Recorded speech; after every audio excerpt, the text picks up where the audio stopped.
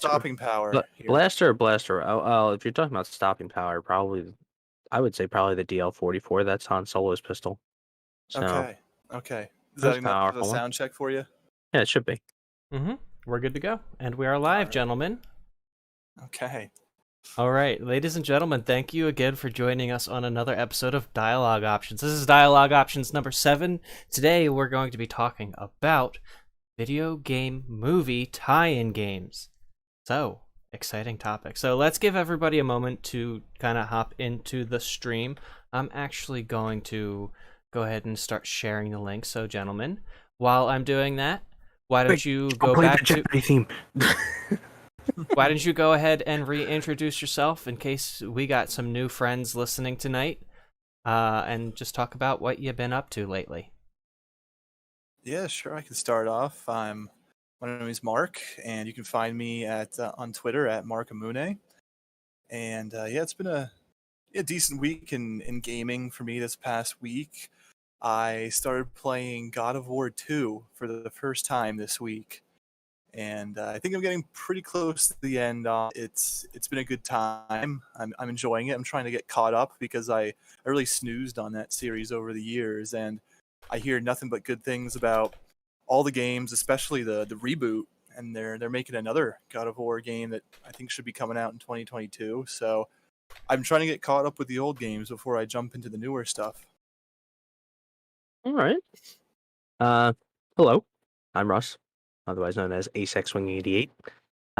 You won't find me on Twitter. I'm not on there.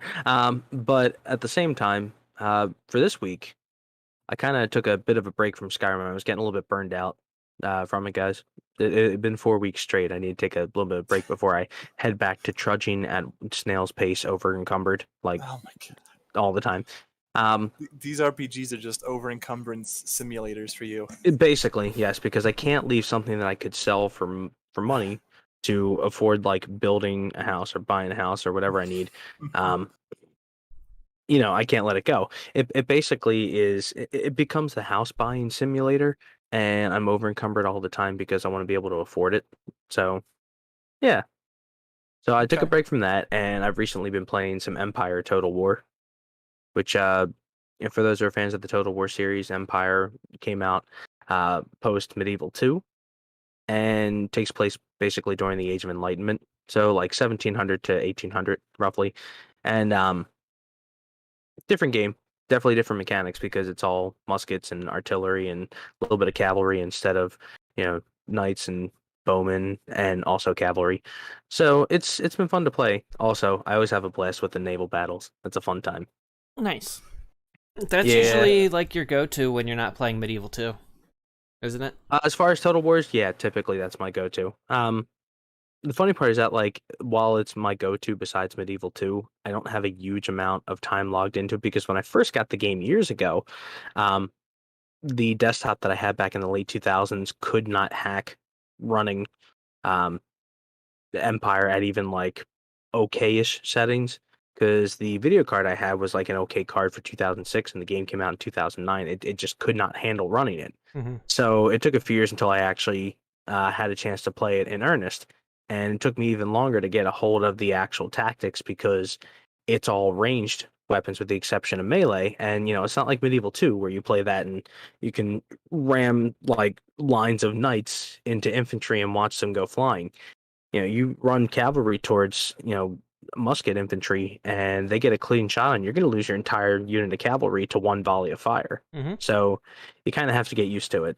Yeah. It's fun though. I don't know.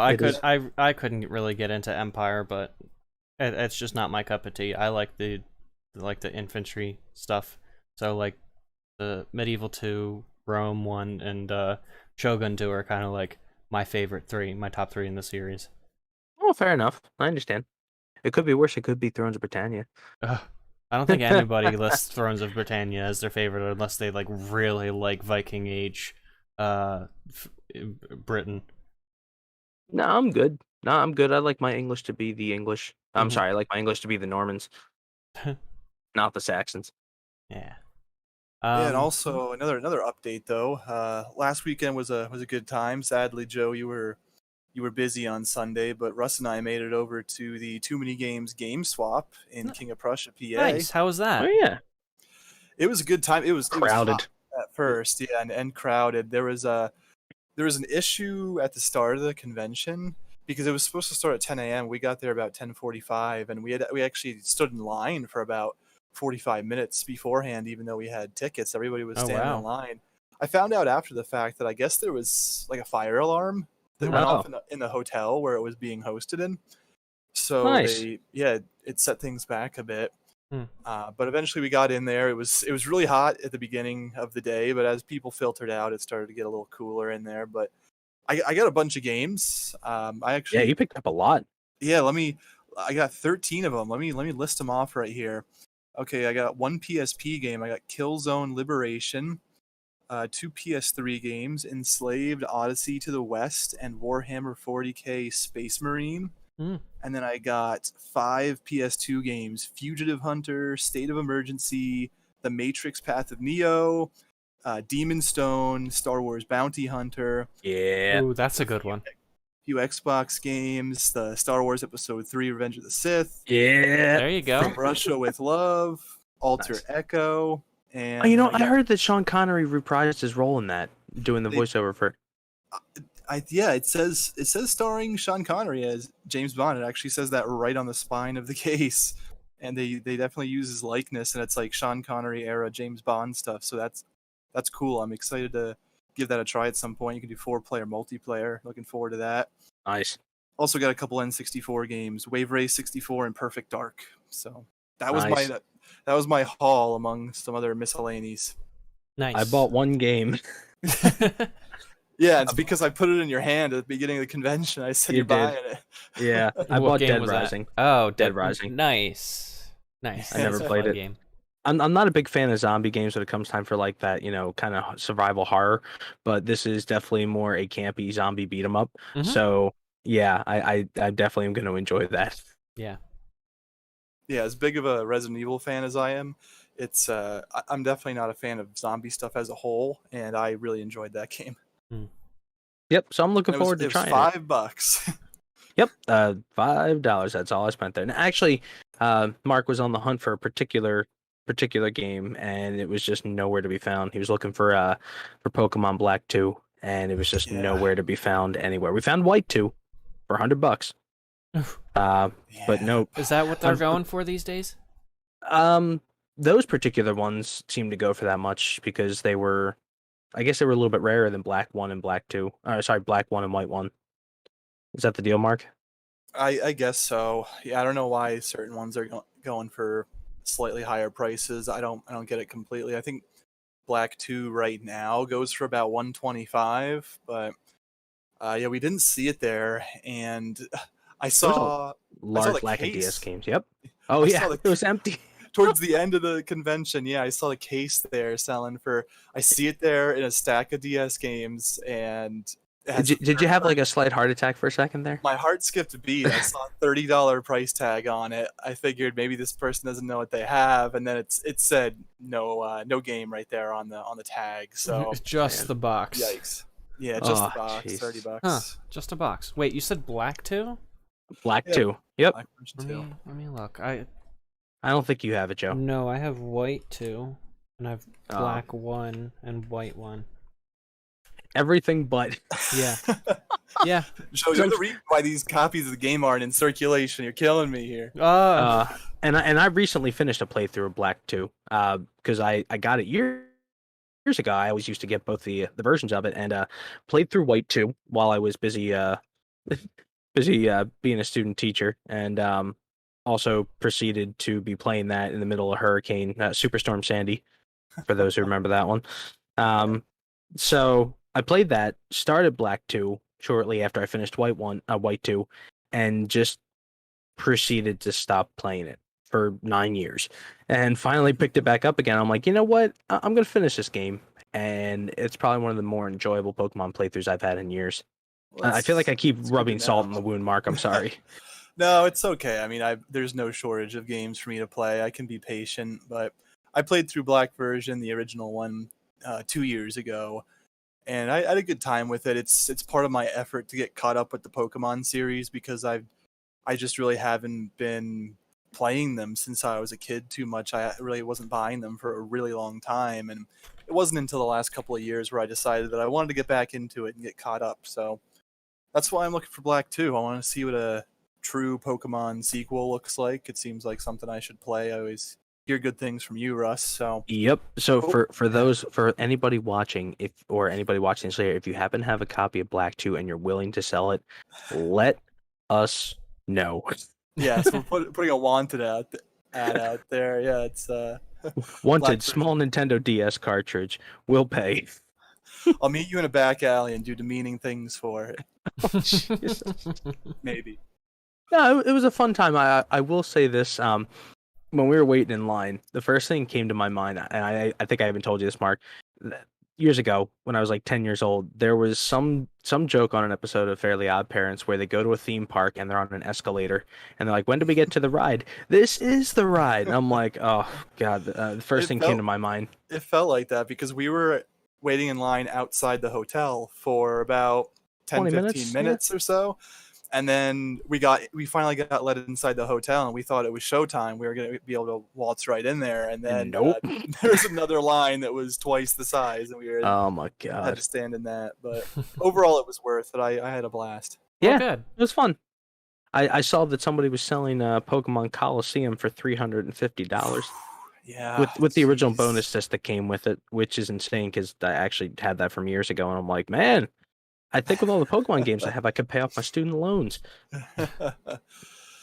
It's nuts, some of the prices you see on games nowadays. I mean, on the one hand, it's great to see so many people who love video games out there, love buying them up, and really cherish these things. But also, it makes Mark, me it's insane though, man. yeah, it makes me wish that I maybe was paying more attention a few years ago and was buying things at a cheaper price. You know, I wish it was more of a kind of unknown hobby to buy all these games up. Well, I mean, among other things, the pandemic basically drove up the prices of games just through demand because people were at home, Yeah, it's true. You got money to burn. You're not going on vacation, so everything's going into hobbies and being productive, working on your house, doing whatever. Imagine that. Yeah. So it's affected everything, not just the games. Oh, yeah. Well, Joe, how about you? What you been up to? So I finished what's it called? Star Wars Jedi Fallen Order. I picked that up late last week in the summer sale on Steam, and I loved the shit out of that game. It was really fun. So all three of us finished that, right? Yeah. Okay. So Joe, would you like to tell us your experience when you figured out who shows up at the end of the game?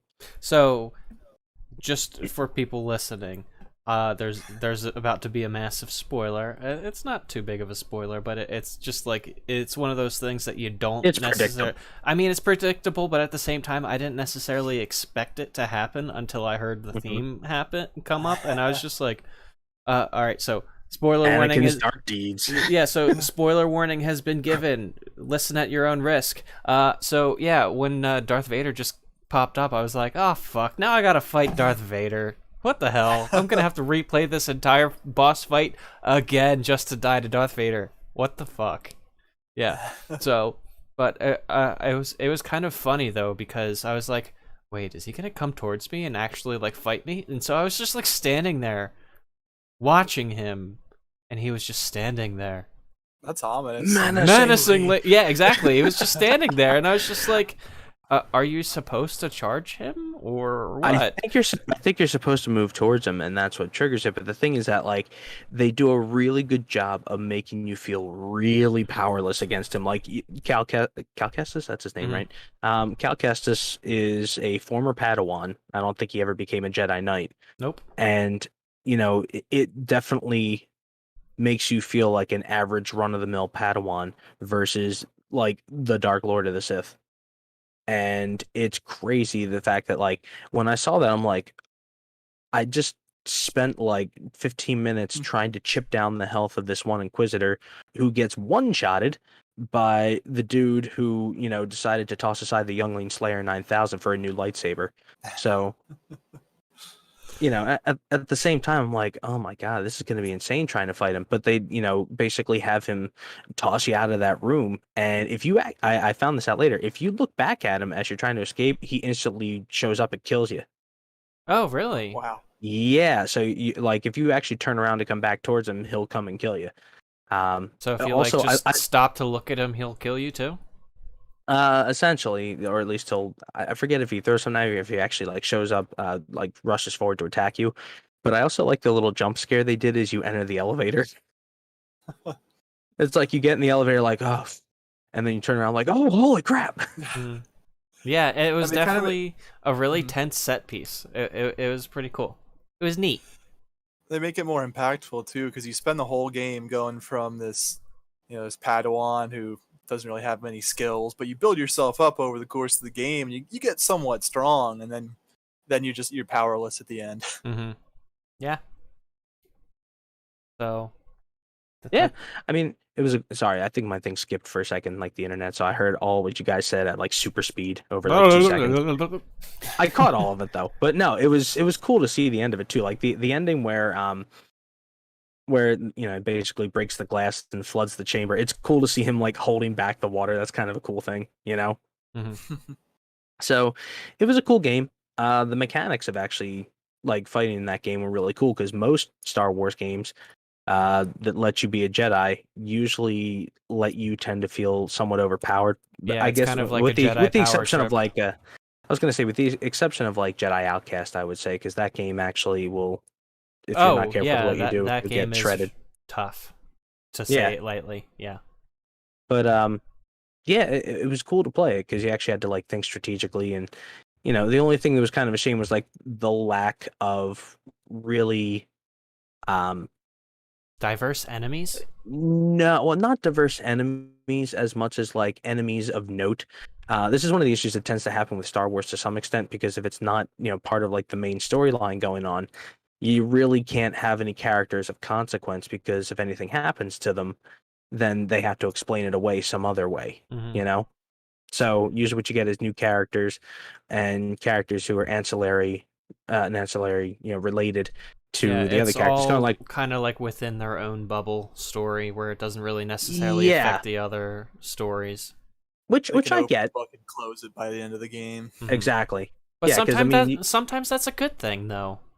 yeah, I would agree. I mean, there are plenty of Star Wars games that wound up doing that. They would either work within the confines of what was already established and not really fundamentally change anything, or they would go so far away time-wise that it didn't matter what they did. Mm-hmm.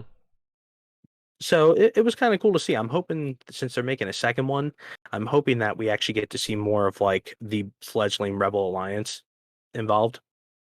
Mm. But I mean, if Cal Kestis is around for the next one, he has to disappear at some point prior to episode 4. Otherwise, where was he at? Right. So calling it now, he'll wind up sacrificing himself to save something rebellion related in one of the future games. I mean, yeah, I'm the thing is with like a character like that, especially with a character that's a Jedi, like they don't mesh well with the original trilogy simply No, because like we all know it, Obi-Wan Kenobi was like the last Jedi, not counting like Yoda. Yoda, right? Yeah. And so like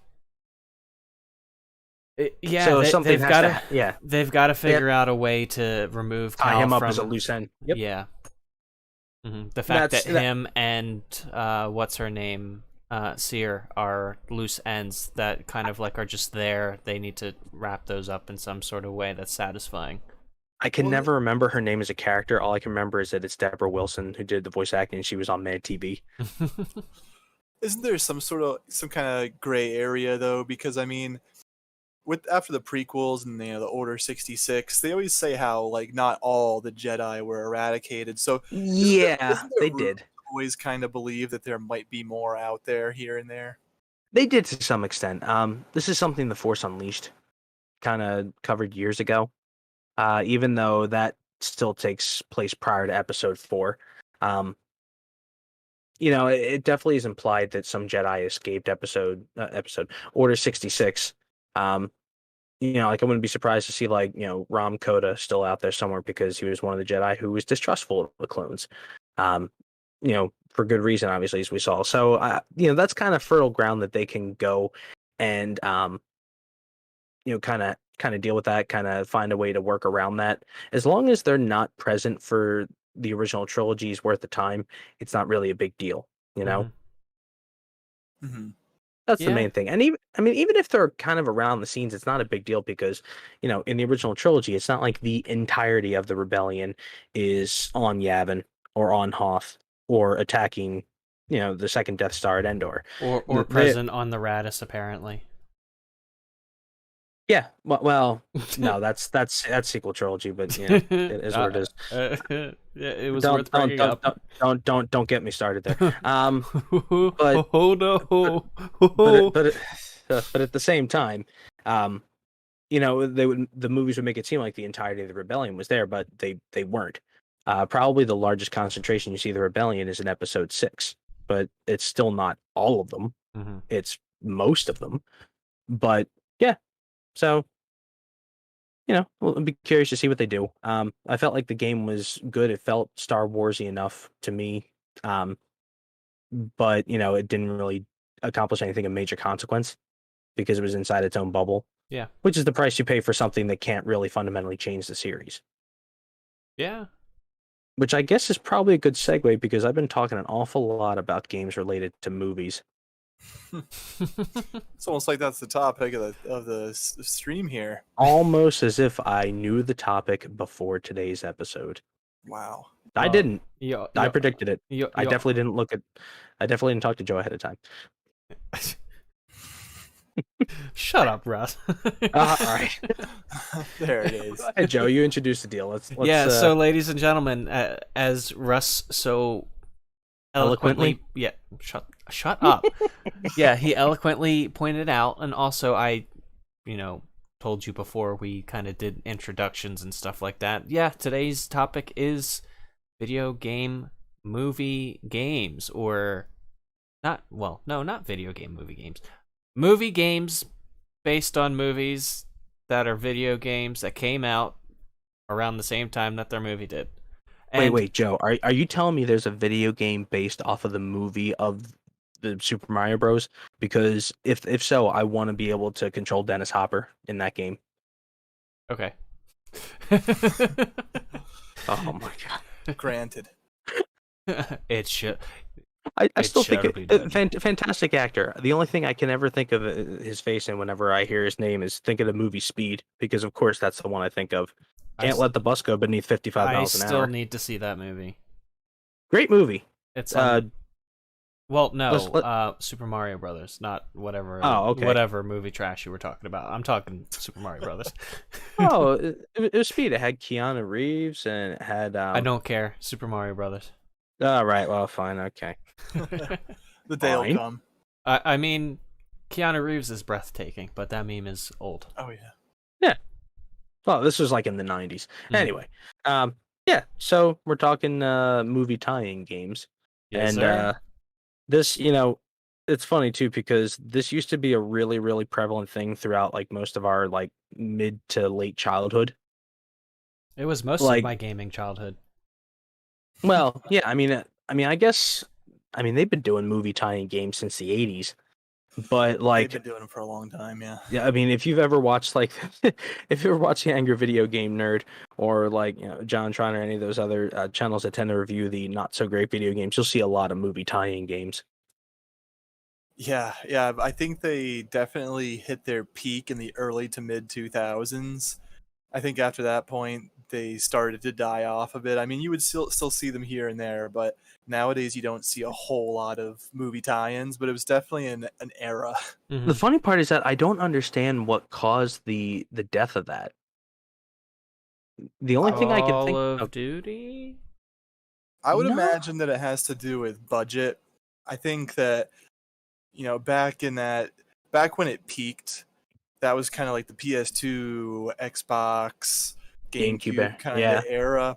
And at that point, people were still taking risks and experimenting with games, and you could slap together a decent game that people would buy if they were On the excited cheap, for a yeah. movie. Yeah, you can do it in a relatively short amount of time for a relatively small amount of money. And I think once you had that next generational leap with the consoles, it probably just got more expensive to develop Yeah, these types of because games. I was thinking maybe like along the lines that they couldn't necessarily figure out a way to afford developing the game, paying the developers, and paying for the licensing fees to be able to use the characters from I the think the movies. funny part is that like we saw a precipitous decline in those type of games once we hit like the Xbox 360 and PS3 era. And I think you're right, because by that point the development costs were definitely a lot more expensive than like the Xbox and the PS2, because there were a ton of games in that generation for all it three w- of those consoles. It was pretty much, if you had a big action movie coming out, chances are it had a game tie-in. Yep. Yeah, absolutely. And the thing is that like my memory of all the tie-in games was like going to Walmart as a teenager and seeing that bin where they had like the games nobody in their right mind would ever buy, and there's just like tons and tons of them for $5 a piece. I'm like, dude, if they're selling these for $5 a piece, there's no way any of these games are anywhere remotely even worth playing. Mm-hmm. And I know it's not necessarily like a movie tie-in game, but it's a TV show tie-in game. Yeah. I remember back when the early early PS2 days, they had that 24 game that came out, and I picked it up, and I was just like, I've seen that around. yeah, I was just it's like, a clock ticking simulator. yeah, I was just like, oh yeah, I get to be Jack Bauer, man. Oh my god! It was I remember it was from what I remember, because it's up there on my bookshelf with all my games. I mean, let's be honest. How many of us actually like played those games willingly after we beat them? Right, and it was like one of those games that was just kind of like, it felt like it was like really slapped together, and it had like different levels of like each hour, and then some of them were just like, oh, look at this thing and find clues, and then the rest, most of the levels were like, oh, go there and shoot people. Yeah. This hour, Jack Bauer eats lunch. I mean, the funny part is that like, and even it's funny we mentioned going to the Too Many Games game swap. As we're looking through like looking for Pokemon Black 2 through the DS games and all that stuff, I'm like, how many absolute god awful like show and movie tie-in games did they make for this system? And I'm like, who in their right mind is gonna buy like Deal or No Deal, the DS game? I'm like, who in their right mind is gonna buy that? The people who also bought Deal or No Deal Wii edition.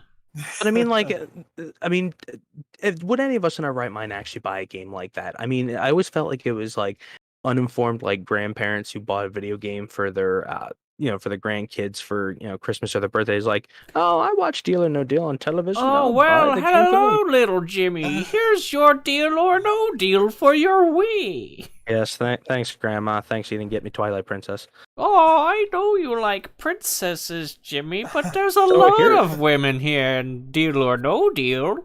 Fuck you, Grandma. Oh, man. See, now this is why it always paid to have grandparents who asked what game you wanted. So it also paid to have grandparents who were just like, I don't know what to get him. Here's $50. It also paid to have grandparents. So, we could just follow this one down the rabbit hole, but I think we've hit the bottom of that. But at the same time, like, it seemed like these games were everywhere, and it was just, they quickly garnered the reputation of just being absolute trash. Like, it was like looking at it was like looking at the meme of like the dumpster fire, like going down the flooded street. Yeah, and like the thing is, you didn't really necessarily know what you were gonna get with these type of games, because the quality was just it was so varied with each entry, I mean, that's the thing. I'm sorry, go ahead. No, like there were a couple bangers out there, and we'll definitely talk about them. Yeah. But like that's why it was so surprising, right? Yeah, but for the most part, they're not really good. And to kind of like prepare for this chat that we're gonna have, I actually went back and fully replayed, but played through most of like all the way through the tutorial, and then completed like the first couple levels of each of these games of some movie tie-in games from my childhood. Nice. I'm looking Yeah. forward to hear about your findings. Yeah. Most of the time, though, like at best, you are going to get some like a generic third-person action game. Yeah, That's the thing. and these are three games that like I remember playing all the time. Like when I was done playing Crash Bandicoot or Spyro the Dragon or Metal Gear Solid, I was just like, you know what? I'm gonna play one of these games because this is a good game. I am having fun here. Well, Yeah. I mean, I think with all these games, even the good ones, it always felt like they were always like at best a solid 7 out of 10. On So, whose I mean, scale? I think On I think IGN some scale? on a 0 to 10 scale, like the best ones were like a solid 7 to 7.5 out of 10, Okay. and those some of them constitute the good exceeded ones. that, I would say. Okay. Well, I mean, let's But kick it off, shall we? I mean, when you guys want to bring up an example one, I know which one I'm going to be talking about. But, So yeah, let's talk about the one that everyone probably knows about, the one that kind of like really kicked off the open world games too. Spider-Man 2. oh, that's funny you mentioned that because that's one of mine that I was going to talk about. Yeah, like that's the one everyone thinks of when they think of like movie tie-in games because like okay, so kind of to define what a movie tie-in game is, it's essentially just a game that was released in tandem with a movie just to kind of like garner more hype and more revenue, right? Hmm. Yeah. Cash in on the movie hype. Yeah, I remember. Hopefully, people would kind of look over any flaws in a game that you rushed out. Yeah, just to buy it or kind of get money off of that. Excuse me, get money off that hype of the movie coming out. So yeah, but with Spider-Man 2, that was one of the very few that was actually a banger. It was, from what I remember, it's been years since I've played it. I think I've only played it through once, but like. The thing that always kind of made me go, oh yeah, this is an awesome game, is you could climb to the top of the Empire State Building and jump off and experience like 0 G's or whatever it was, or you know what I'm talking about. Experience that falling sensation. Yeah. That sense, that scale. Mm-hmm. Yeah, I was gonna mention that too. It's kind of tragic that I never ended up owning the game, but I wanted to bring it up because I did have a nice story that I think about from time to time. And back before that game came out, and probably before the movie came out, I remember going into EB Games and they had a kiosk. I think it was a GameCube kiosk where you could go there and try out games back. Oh, when they used have the to demos? Yeah, the demo stations. Oh, I remember that. Oh my god. Back when you could go in there and actually play something, give something a try if it was new or about to come out or something like that. So they had Spider-Man 2 in this GameCube kiosk, and I remember specifically going to the mall about 3 times just so that I could go to EB Games and play that demo, because I picked up that controller, and even though I really wasn't too interested in Spider-Man, I decided to try it out, and it just blew me away the way you could just swing across the city like that. It captivated me. I thought it was awesome. And Good point, I too, never ended up getting it. Oh, you never got it? No, I never ended up getting the game when it came out. So that might have to go on my list. I might have to get that game at some point. Oh yeah, for sure. That's almost like a must-have for anybody who's into like retro games these days. That's funny because like, oh, go ahead. I was just gonna say that game is pretty much the whole reason why I bought the Insomniac Spider-Man that came out a few years ago and played that. I probably wouldn't have had any interest in buying a Spider-Man game, but when that was announced and I saw the footage for it, it reminded me of playing that demo for Spider-Man 2 back in the day, and I said, you know what? This is the one I'm actually gonna get this one, and I had a great time with it. Well, I was actually looking up like some footage of some of the best tie-in games recently, and they showed footage of the original Spider-Man 2 and the newest ones, and I'm like, yeah, you could definitely see where it took inspiration from it. But I specifically remember like seeing that Spider-Man game in the mid 2000s and being like, wow, it's actually cool. You can actually like swing from building to building, and it looks good. Oh yeah, it was cool. Yeah, it still is cool. And I think that was the first Spider-Man game. Now, correct me if I'm wrong, where his webs when you were swinging were actually connecting to like the building, or at least there was some sort of like animation where Connected it with made it something, yeah. look like it was connecting to something, right? And It like, actually felt like you were like playing through the way the movie looked, because yes. those movies did a great job of, kind of taking you on that vertigo-filled ride of going from building to building. Hmm. Whatever you may think of all the memes from the third Spider-Man with Tobey Maguire, but the game did a great job of mimicking that feel from like the first two movies. Hmm. Yeah. So one day, maybe I wasn't really keeping an eye out for it at the Game Swap on Sunday, but one day, maybe at the Too Many Games main event in October, I can finally buy that game and bring it back and just blast Hero by Chad Kroger and play Spider-Man 2 all afternoon and get absolutely hammered. I want to sing that, so all right. Every time I sing Nickelback, it winds up sounding like Pearl Jam. Well, Yeah. Well, it's okay, kid. They're win some there. to lose some.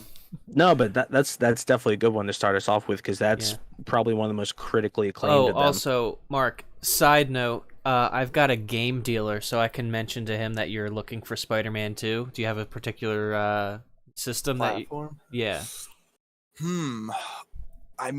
I'm pretty sure it was on the GameCube that I played it. Mm-hmm. So it would be kind of fitting to get a GameCube copy. If not, my PS2 copy would be good. All right. I'll text him later and let him know. See if you can find a copy of Black 2 as well. Yeah, Black version 2, yeah. Yeah. Let him know that I do prefer complete in box copies that are in good shape. Oh yeah. Yeah. I'm picky No, like that. he's one of those guys that I really trust. He puts fair pricing. He actually looks up the actual value of the game, and he gives me that value for that, so, and he definitely takes into account condition of the game and the box and all that, so, and whether it has the game manual and all that, so yeah. I'd definitely be interested in that. Mm-hmm. Oh yeah. Well, Mark, you as seen as Joe Bogarted one of yours. Do you have another one? Because I have one in mind that I think you're probably going to mention more than likely, but I do have another one, and it is Enter the Matrix. Ooh. Okay, not the one I was thinking of. All right. I remember that one. That was a good one, at least from what I remember. Yeah, I love that game. It was one that I didn't actually own until maybe a few years ago. I think I actually picked it up at Too Many Games a few years ago. But it's one that my brother and I rented when we were kids, and I think it's a pretty short game. So he mainly just took over the system when we had it, because when you rent a game from Blockbuster, you're on the clock there. So obviously the older brother is going to get dibs on the system. So he mainly spent the time with the game, and I didn't get to play it much at the time, but I watched him play and always thought it looked really cool. And it wasn't until far into the future, just a few years ago, that I finally got a copy and played through it. And I thought it was awesome. He actually didn't finish it back in the day. He got stuck at this one part. But it's cool. It's kind of a side story where isn't it kind of like a companion story to the Matrix 2? It is. It takes place, I think, at the same time. It shows what a couple of the side characters are doing while the main characters are doing their thing in the movies. So you can control either Ghost or Niobe, and they each have their own separate, sections that are unique to them in the games. Some of the stuff overlaps, so it's not like two unique campaigns, but each character gets their own thing, so there's some replayability there, and it's really cool. It definitely makes you feel. It gives you that movie feel. There's the music, the action feels like you're playing a Matrix game with the crazy stunts and spinning around doing cartwheels and stuff like that and shooting people and going into bullet time. Yeah. And for a lot of the game, some of the areas are tinted slightly green to give you that Matrix-y vibe. It's just like kind of it checks all the boxes, and it was a great example of a movie tie-in game. Well, we need one more to kind of touch on that pattern that I'm starting to notice. But go ahead, Russ, unless you have anything else to say. What, the pattern of feeling immersed? Well, no, just the pattern of encapsulating that feel of the movie in video game form. So I'm gonna take a slight. I won't take a slightly odd turn, but the game itself actually did. So You've the first one I'm ruined going to it. mention. Okay, now what I'm going to mention We're gonna is talk about educational games no. now. Elmo's God, I hope Number not. Hunt. Oh my God, no. I'm more of a Bible Games The 3 the man first one I myself. wanted to mention is the Star Wars Episode 3 tie-in game. Mm-hmm. Okay, I Yeah. mentioned that I picked that one up. Yep. So here's the thing about it, and this was the really cool aspect of it. Never played Um, it. you know, back when all the prequels were coming out in the 2000s, it was like any major details on the movie up until the time you saw it was fairly tight-lipped. Like they weren't giving away a whole lot of stuff going on in the movie because they didn't want to ruin it. And this game came out like 2 days before the movie came out, like 2 or 3 Yes, it days. did. Yep, and I remember getting this. I'm like, oh my God, I'm gonna get to actually like see, what happens in the movie like 3 days before I go to see the movie. And I was losing my crap over this because this is in the era of like the first two original Battlefronts. This was kind of like in the golden age for Star Wars games, like the KOTOR games, the Oh, Battlefront games, all I the would 100% agree. I think the original Xbox was the golden age of Star Wars games. absolutely. Yep, once like 2007 hit, it kind of like just stopped, unfortunately. But I mean, there were holy crap, there were so many good games for that original Xbox for Star Wars. But in any case, the I wasn't usually one for getting Star Wars tie-in games because like the one for the PS1 for Phantom Menace was kind of okay. Um, but it really didn't follow a whole lot of what went on. It just kind of hit the main general beats. Um, the only one I played that was generally related to Episode 2 was the Clone Wars, which is prior, obviously, to the actual series, the Clone Wars, and it was a cool game. Fought a lot of stuff, that started off in Episode 2 in Geonosis towards the end of the movie, but that was really about it. This was the first one I played that actually followed the movie itself. And I'm thinking to myself, well, this is cool. I actually get to see what happens in the movie, so I know what I'm looking at when I go there. Mhm. And it actually did something I was kind of surprised about, especially considering I'm pretty sure the game was actually developed by Lucasfilm, just like, you know, the majority of other Star Wars games at the time. They weren't, contracting out the entire thing. Like the Battlefront games have been uh, worked on with Pandemic, I think, and both the KOTOR games were like BioWare and Obsidian, but Lucasfilm still had a hand in it. I think this one was actually mostly them, but I'm not entirely sure on that. In any case, it actually kind of did a little bit of obfuscation about like what happened with the storyline of the actual movie itself, but it still had clips from the movie, which was cool.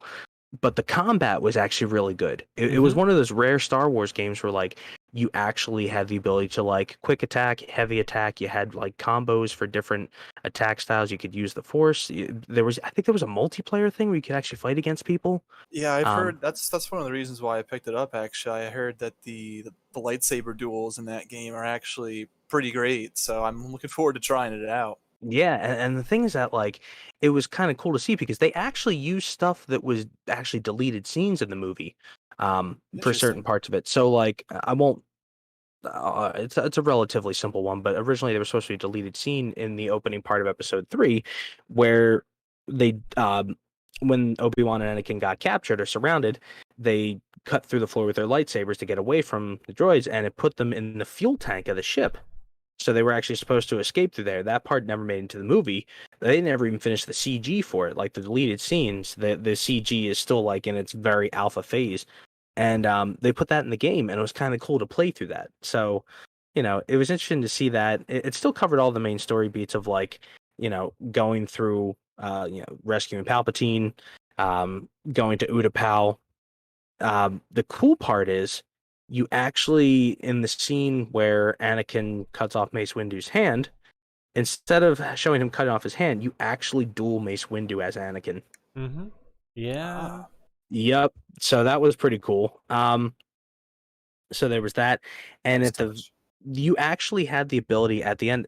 I think while you were playing as Anakin during the duel of the not duel of the fates, battle of the heroes, which is the duel between him and Obi-Wan at the end. And if you win as Anakin, you actually wind up getting to do a little bit of a fake outcome of it. He takes this new lightsaber that Palpatine gives him and proceeds to stab Palpatine right in the chest and kill him and take control of the Empire.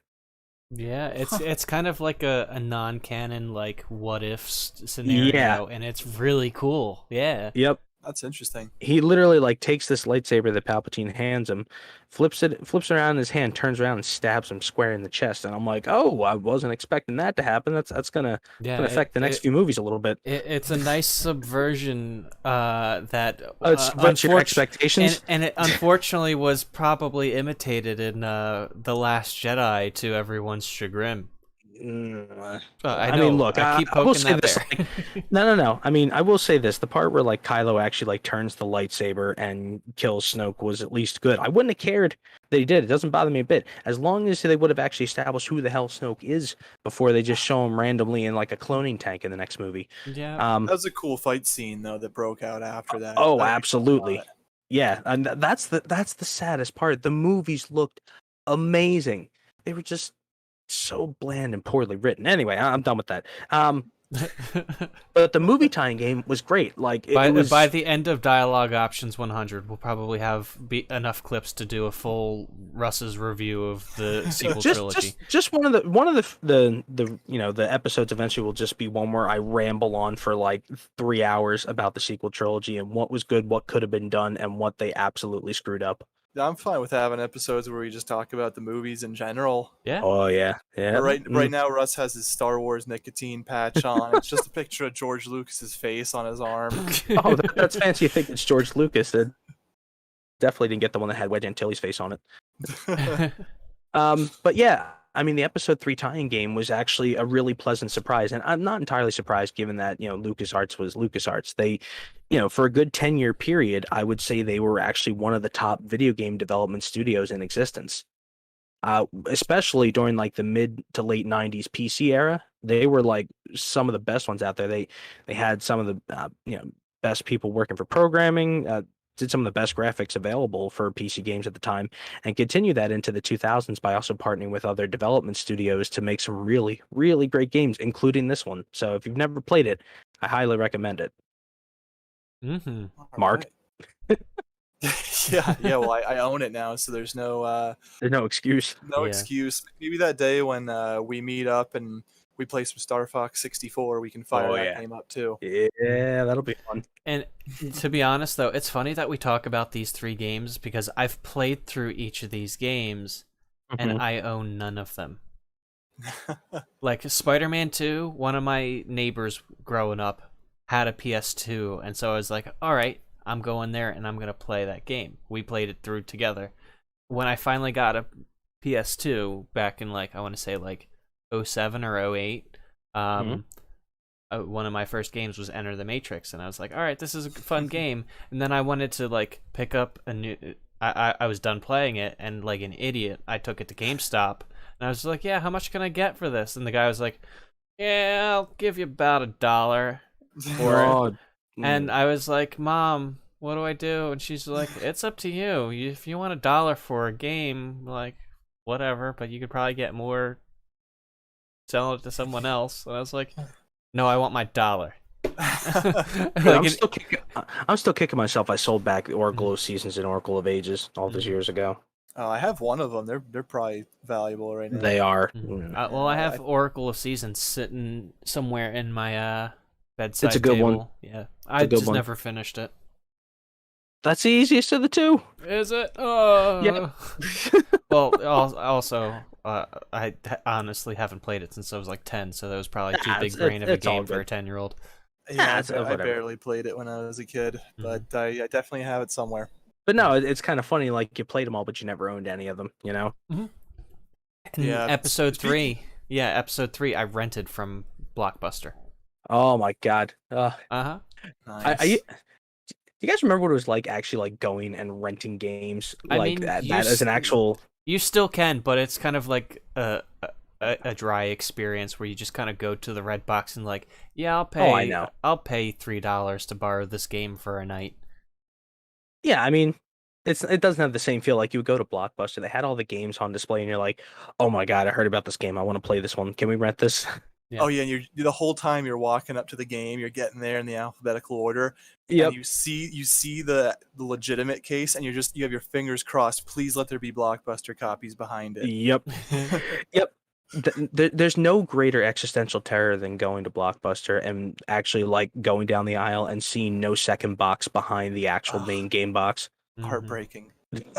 That was an experience, though. It's definitely Redbox is shit compared to that. I mean, that was awesome. You know, like you guys ever like have a friend over for a sleepover for a night or a weekend, and then you start the weekend off by going to the like a rental store and just getting a stack of games or movies or something just to play or watch throughout the weekend. It's bold of you to assume I had friends. No, I remember way back in the day. I didn't know we're going off on a tangent, and it's totally okay. But I remember when I must have been like 7 or 8, right? And I was spending the weekend at my my grandmother's house. And my cousin was there, my sister was there, and my grandmother was like, "All right, Joey, Michael, we're gonna go take you to the Blockbuster to pick up a movie and a game if you want." And I was just like, "Hell fucking yeah, Mikey, we're getting Pokemon Stadium, man." Oh yeah, there you go. Because he Dude, you used to be able to like print your pictures from that. Too. Yeah. Well, like the thing was, he was the only person that I knew that had a Nintendo 64, and I was begging my parents to get one. And they're like, "No, you've got a PlayStation. You don't need a Nintendo 64." And I was like, "You don't understand, Mom. Pokemon's on that one." You don't understand. Video games are my life. What are you doing to me? You could go to the movie store and get you could get the junk food by the register too that they only sell there. Yeah, and honestly, I don't even remember walking out with a movie. I think we just walked out with a couple games. Dude, it was an experience just to go there and like have your parents go there to rent a movie, and you just spend your entire time looking over the game section, even if you weren't going to get anything. Yeah, did you guys ever have games that you would rent multiple times and just never bought for some reason? I had 2. Yep. For me, that was Doom 64. Banjo-Kazooie and the original Star Fox for the Super Nintendo. You know, I don't know if I actually did that, because usually when I would rent a game, that was kind of like me going, "All right, I think I might buy this game." But no, because I kind of used that as a way to like trial run the game. The only reason why I didn't buy Star Wars was because I finished it before the end of the rental period. So that's fair enough. Yeah, so I was like, why would I buy? Sometimes that would happen. Yeah, so I was like, why would I buy a game that I've already beaten? But you know. Oh, it's all good. And then here I am, like 15 years later, or however many years it is, buying multiple different copies of Resident Evil 1. So it just reminds me. It's a throwback to that era. When you're renting games, for example, before we really had copious amounts of gameplay footage you could watch online. You could comb through whatever kind of videos you wanted to see whether or not you should buy a game. There was definitely something to be said for the mystery in buying a game just because it looked cool, or just because it was a Star Wars game and you liked Star Wars, and going into the rental store and just seeing what you came back with. Or your mom not knowing what to necessarily get you for Christmas, so she sees a video game that's based on a movie that you like. And then you remember that you haven't played that game in 20 years, so you pop it in and you go, "All right, let's see how it is." And it's basically just a lazy cash grab, and it makes me so sad. It breaks your heart, but also you're like, I'm not really surprised. My childhood was a lie. Speaking of these games though, that we never actually own but have a special place in our heart, I'd say an honorary mention, since you brought up Spider-Man 2, an honorary mention for me would be Peter Jackson's King Kong game, specifically on the Xbox 360. I don't own this game, but a friend of mine did, and I remember he got an Xbox 360 before I had one, and he brought it over to my house a few times. I remember just being in awe because it was this new console generation with these updated graphics. You had that next step towards realism, and I remember that was one of the games that he had and we would play, and just being blown away by the graphics and thinking it looked so cool. Mm-hmm. Yeah, It's funny you mentioned that because I think we were talking about that last night, and that was another one of those movie tie-in games that actually has like an alternate ending.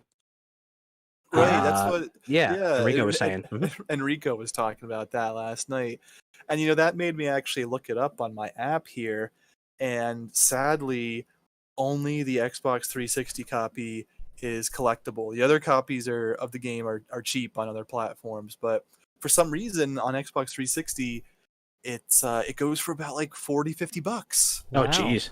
Yeah, and I did a quick Google search. I think it has to do with you were able to like use the game for some kind of Linux hack or something. I don't know if that's true. I just did a really Interesting. quick search, so I don't know why exactly it's so valuable. But that's a shame because that's something I'd love to pick up on the Mhm. cheap just to have. Yeah, I mean, I have a copy of my own on the original Xbox, but unfortunately I can't play it anymore because my original Xbox, took a crap.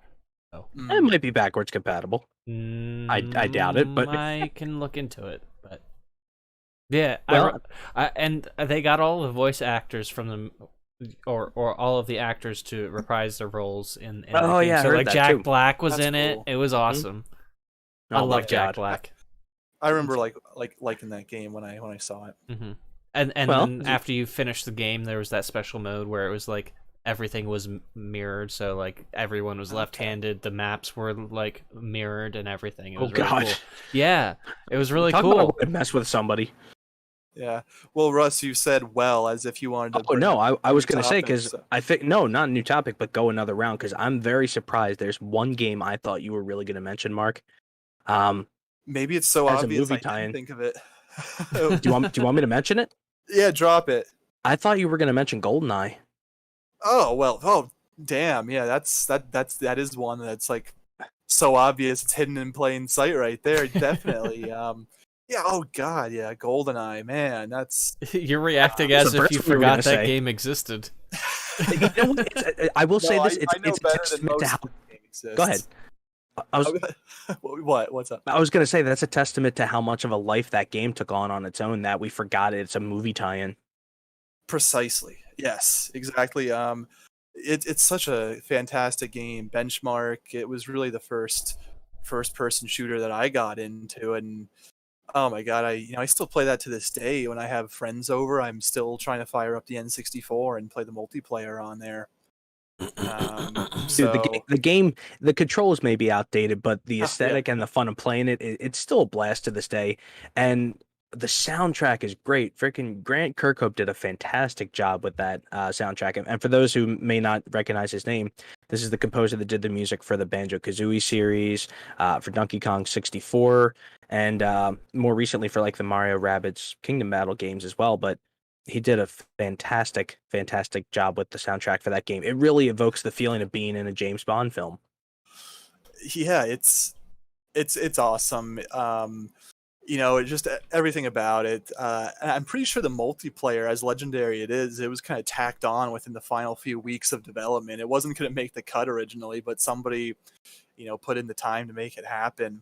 So, yeah, it's funny you mention that because I was playing that pretty recently. It was just earlier this year because that was one of my sort of nemesis games Mhm. that I was stuck at for a long time. And so basically like 5 years ago or so, I got my own copy of the game and I was playing through on the hardest difficulty. I was playing on the double O, well, I guess it would be double O agent difficulty. Mhm. Yeah, and it is just super hard. And I got to this one notorious level called Control, where it is probably the worst escort mission in video game history Oh because God. you're in this large room and you're defending Natalia while she's on the computer looking for some files or something.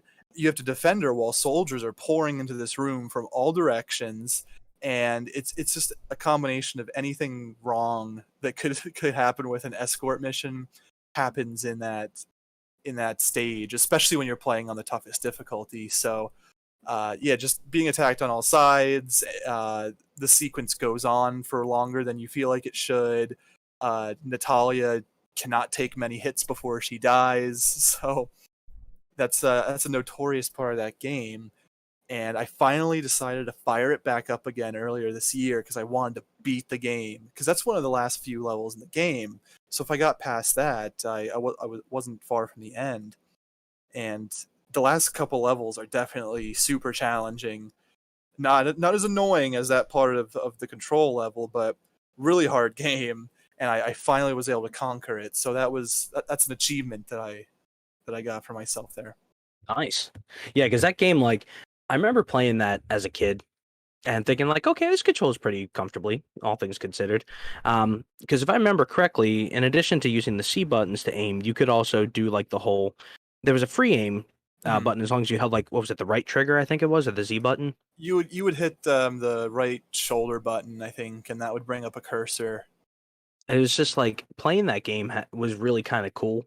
And it's funny it took on the life it did. And it's, I could definitely see that being like a self-imposed challenge with a game like that, because that game is one of those ones where, like, it didn't seem difficult to play control-wise back in the day, but you go back and play it now and you're like, how in the world did I play this? This is the way I feel about, like, the original Super Mario Kart. I played it back in the day. I got so good at it, I was actually able to race against myself and control another cart with my feet, believe it or not. Oh my god! Wow, Yeah. that's hardcore. Yeah, I was like 6. I had nothing better to do with my time. But at the same time, I'm like, I can go back and play it now. I'm like, how the hell did I play this game? I can't control anything, like, comfortably for my life. For me, GoldenEye still feels like riding a bike. I can get back to the controls right away because I played it a lot when I was a kid. But I can definitely see how that could happen. And if you're a newcomer coming into GoldenEye on the N64, good luck. Yeah, exactly. Oh my god. And it's a shame too, because they made a remaster version of it like 10 years after the fact for the Wii, and it never recaptured that feeling. Yeah, I tried that out actually at a friend's house. Never had it, but I think it was called GoldenEye Reloaded. And they should have called it GoldenEye Wii Loaded. Well, it came out on multiple systems. I think I played it on either the PS3 or the 360 or something, but it did I'm not proud capture. of that one. You shouldn't be. You did bad and you should feel bad. No. You got a career in marketing. Oh my god. Everything is just puns. Somebody call up John Hamm. It's a Mad Men reference. Yes, we know. Okay. Yeah, but what was I saying about the GoldenEye Reloaded? Yeah, it didn't recapture the old school GoldenEye feel, and it was one of those games that sadly it was published by Activision, and it was like peak Call of Duty popularity, so they shoehorned those kind of elements in there. Yeah, that was the unfortunate part. It just, sometimes whenever you remake games like that, they can't capture the aesthetic and the feel of it, and it kind of fizzles out, because they made a big deal about that too. They did. I walked away very unimpressed from that game, and it was on my wish list at the time, and it fell off. Gotcha. So all they really needed to do was take the original GoldenEye, update the controls for like a more modern audience, and then that should have been it. But what did they do? Graphics, put it on a dual stick controller, call it a day. You would have been fine. Yeah. So what did they do that was so bad with it? This was close to 10 years ago, and I just played it once at my friend's house, but it just felt like a generic first-person shooter, and I think part of the problem was because they gave it a more modern control scheme. I mean, as weird as it is to say, part of the charm of the original GoldenEye is that wacky control scheme and it being somewhat difficult just to maneuver at times. Like that's part of the skill of the game almost is maneuvering in GoldenEye on the 64 and getting your strafing right and all that. So I feel like if you gave that game 2 thumbsticks, even if you changed nothing else but the control scheme, it still it wouldn't feel right to me. You know what it is? And now that I think about it, and that was probably a dumb statement on my part to say they probably should have done it for dual sticks, it reminds me of the shooting pacing of Metroid Prime, because it wasn't a dual stick shooter. It was, minus the lock-on system, of course. It was very much a run somewhere, find an enemy, hit the manual aim button, and shoot that enemy. The pacing of GoldenEye wasn't run and gun. It was a lot of like run, stop, shoot, run, stop, shoot. as you went through. And a lot of the times you were like, moving your way through very tight, twisted corridors and sometimes Yeah, some more open rooms, but a lot of it was very stop, go, you had to be stop, more go, shoot. tactical with it. Yeah, that's a good way to put it. On It easier felt, difficulties, you could run through and mow people down, especially if you had cheat codes activated, which I loved doing as a kid. But it if you're wouldn't be a rare playing, game without them. yeah, if you're playing on a harder difficulty setting without any cheat codes, then yeah, you can't. If you run in there guns blazing, you're gonna get blown away. Absolutely. Yeah, I'm kind of surprised that wasn't one of the ones you were going to mention. I was waiting for that to be like you just waiting to like sitting there with a bat ready to crack that one out of the park on GoldenEye. Well, no, I'm glad you mentioned it. I mean, like you said, it just kind of transcends that game tie-in status because it was so solid on its own. It really outshined the movie it was based on, which is a rare feat. Yeah, no pun intended. Shit. Oh my god, yeah, but don't take my lapse of memory there as me not wanting to talk about the game because I love the game. It's very important to me. Fantastic movie tie-in game, one of the best. Oh yeah, if not arguably probably the best. Yeah, tough to go wrong there. Mm-hmm. There's some other good ones. The shame of it is, it's funny you mentioned, Joe, that like you tried all three of those games we mentioned before but never owned any of them. Mm-hmm. There was one that came out in the late 2000s that I really wanted to play, and I was all set to buy it, and then I never bought it, and I to this day I can't remember why I didn't. And it was the Ghostbusters game that was supposed to come out for like the 360 and the PS3 back in like 2008, 2009. They made a really big deal out of this because it was, they actually got like Bill Murray and Dan Aykroyd and Harold Ramis and Ernie Hudson Jr. And a whole bunch of other people. Like I think they got William Atherton and Annie Potts, like most of the main characters from the first two films to actually voice their characters. Which is always a plus. Oh, absolutely. Yeah, it's to the point where like I'm pretty sure that they wrote like Harold Ramis and Dan Aykroyd wrote the script essentially for the game itself because Dan Aykroyd, said he basically considers that game to be the spiritual third movie in the series. No pun intended. Which is a little bit better. No pun intended, especially considering how the third movie in the series turned out. But it's kind of funny too because I wanted to play the game and I never played it. And from what I can gather, the game was a pretty solid, like 7 to 8 out of 10. Most reviews gave it like a 70 something out of 100 typically. I'm looking at it right now. Ghostbusters, the video game. You can find it on the 360 that you mentioned. Metacritic is 79. Yep. And the funny part is that like they basically wrote the story to have to, kind of to tie in with the previous two films, and you played as a rookie character in the Ghostbusters, kind of similar to like playing through like what Halo game is it, the one where you're the rookie? Is that ODST? Yeah, where you basically are like part of an established team, but you're like the rookie member who doesn't really speak or say anything. So that was kind of a little bit more of a video gamey trope type of deal to it, but at the same time, from what they had touted and what it looked like, it was actually a pretty immersive type of feel and a big love letter to the Ghostbuster series, which the unfortunate part is, we never get another movie with the original four cast members because Harold Ramis died a few years back. Yeah.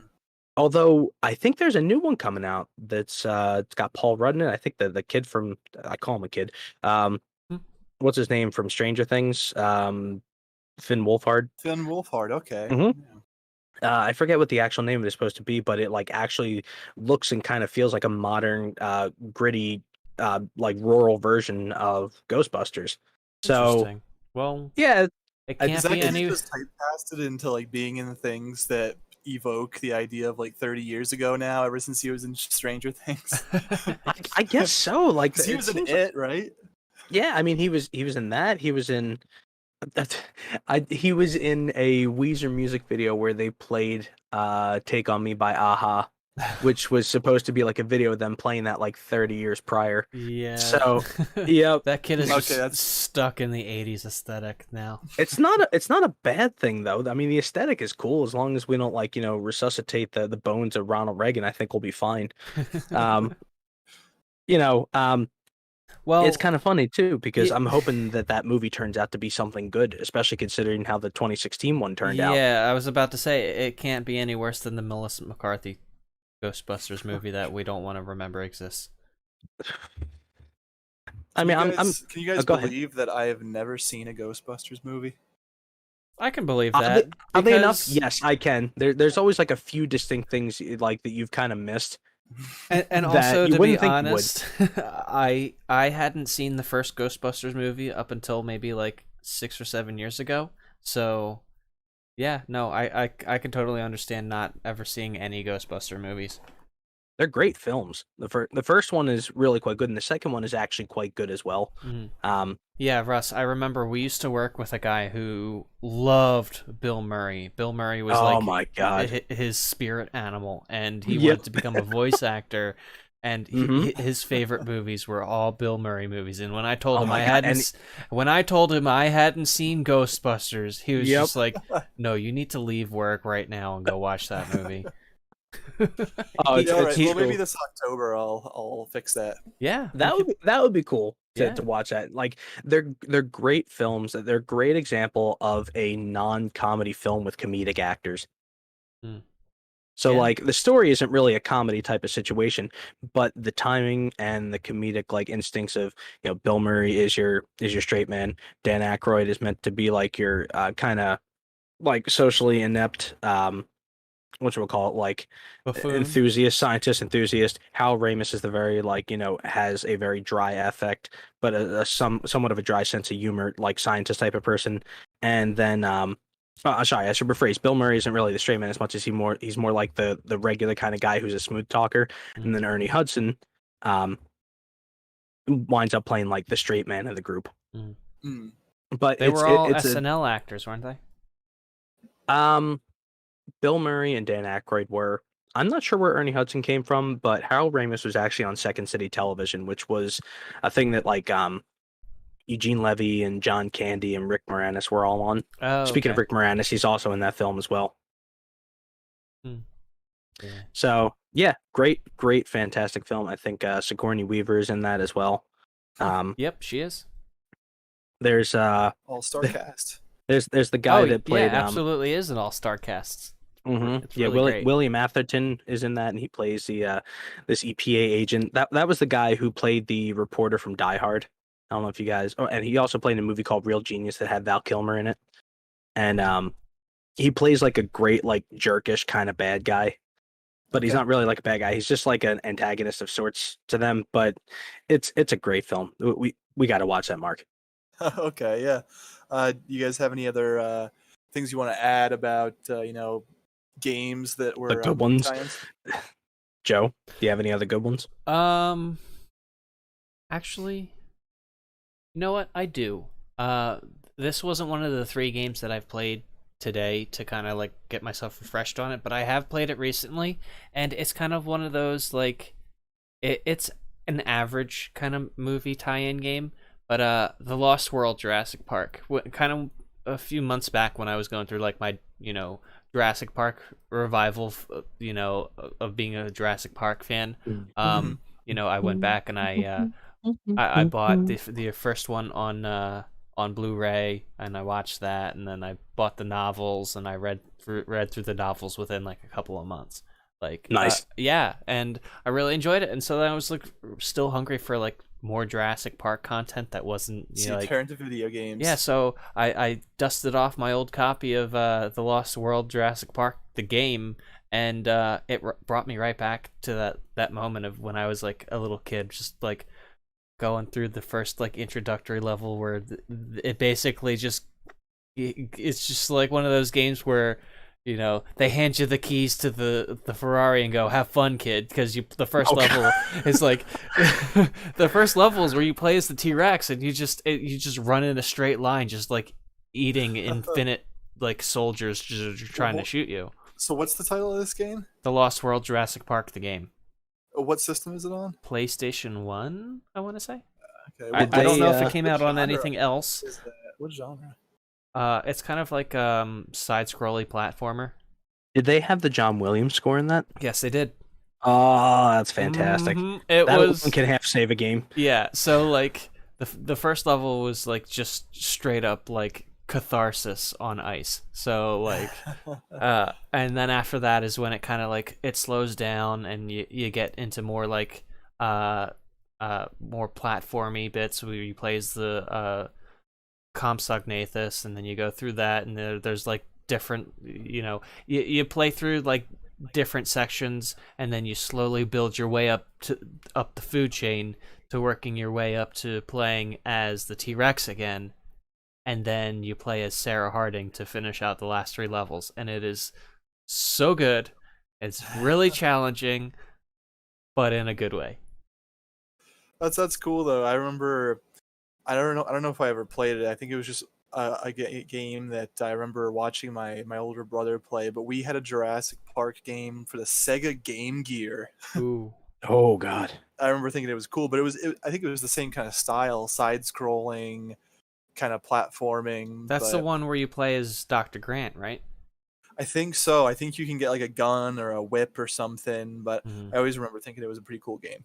Yeah, that I if I recall correctly, that's the game that also had the bit where it's kind of like an homage to the river scene in Michael Crichton's novel, where like you go down the river in like the boat.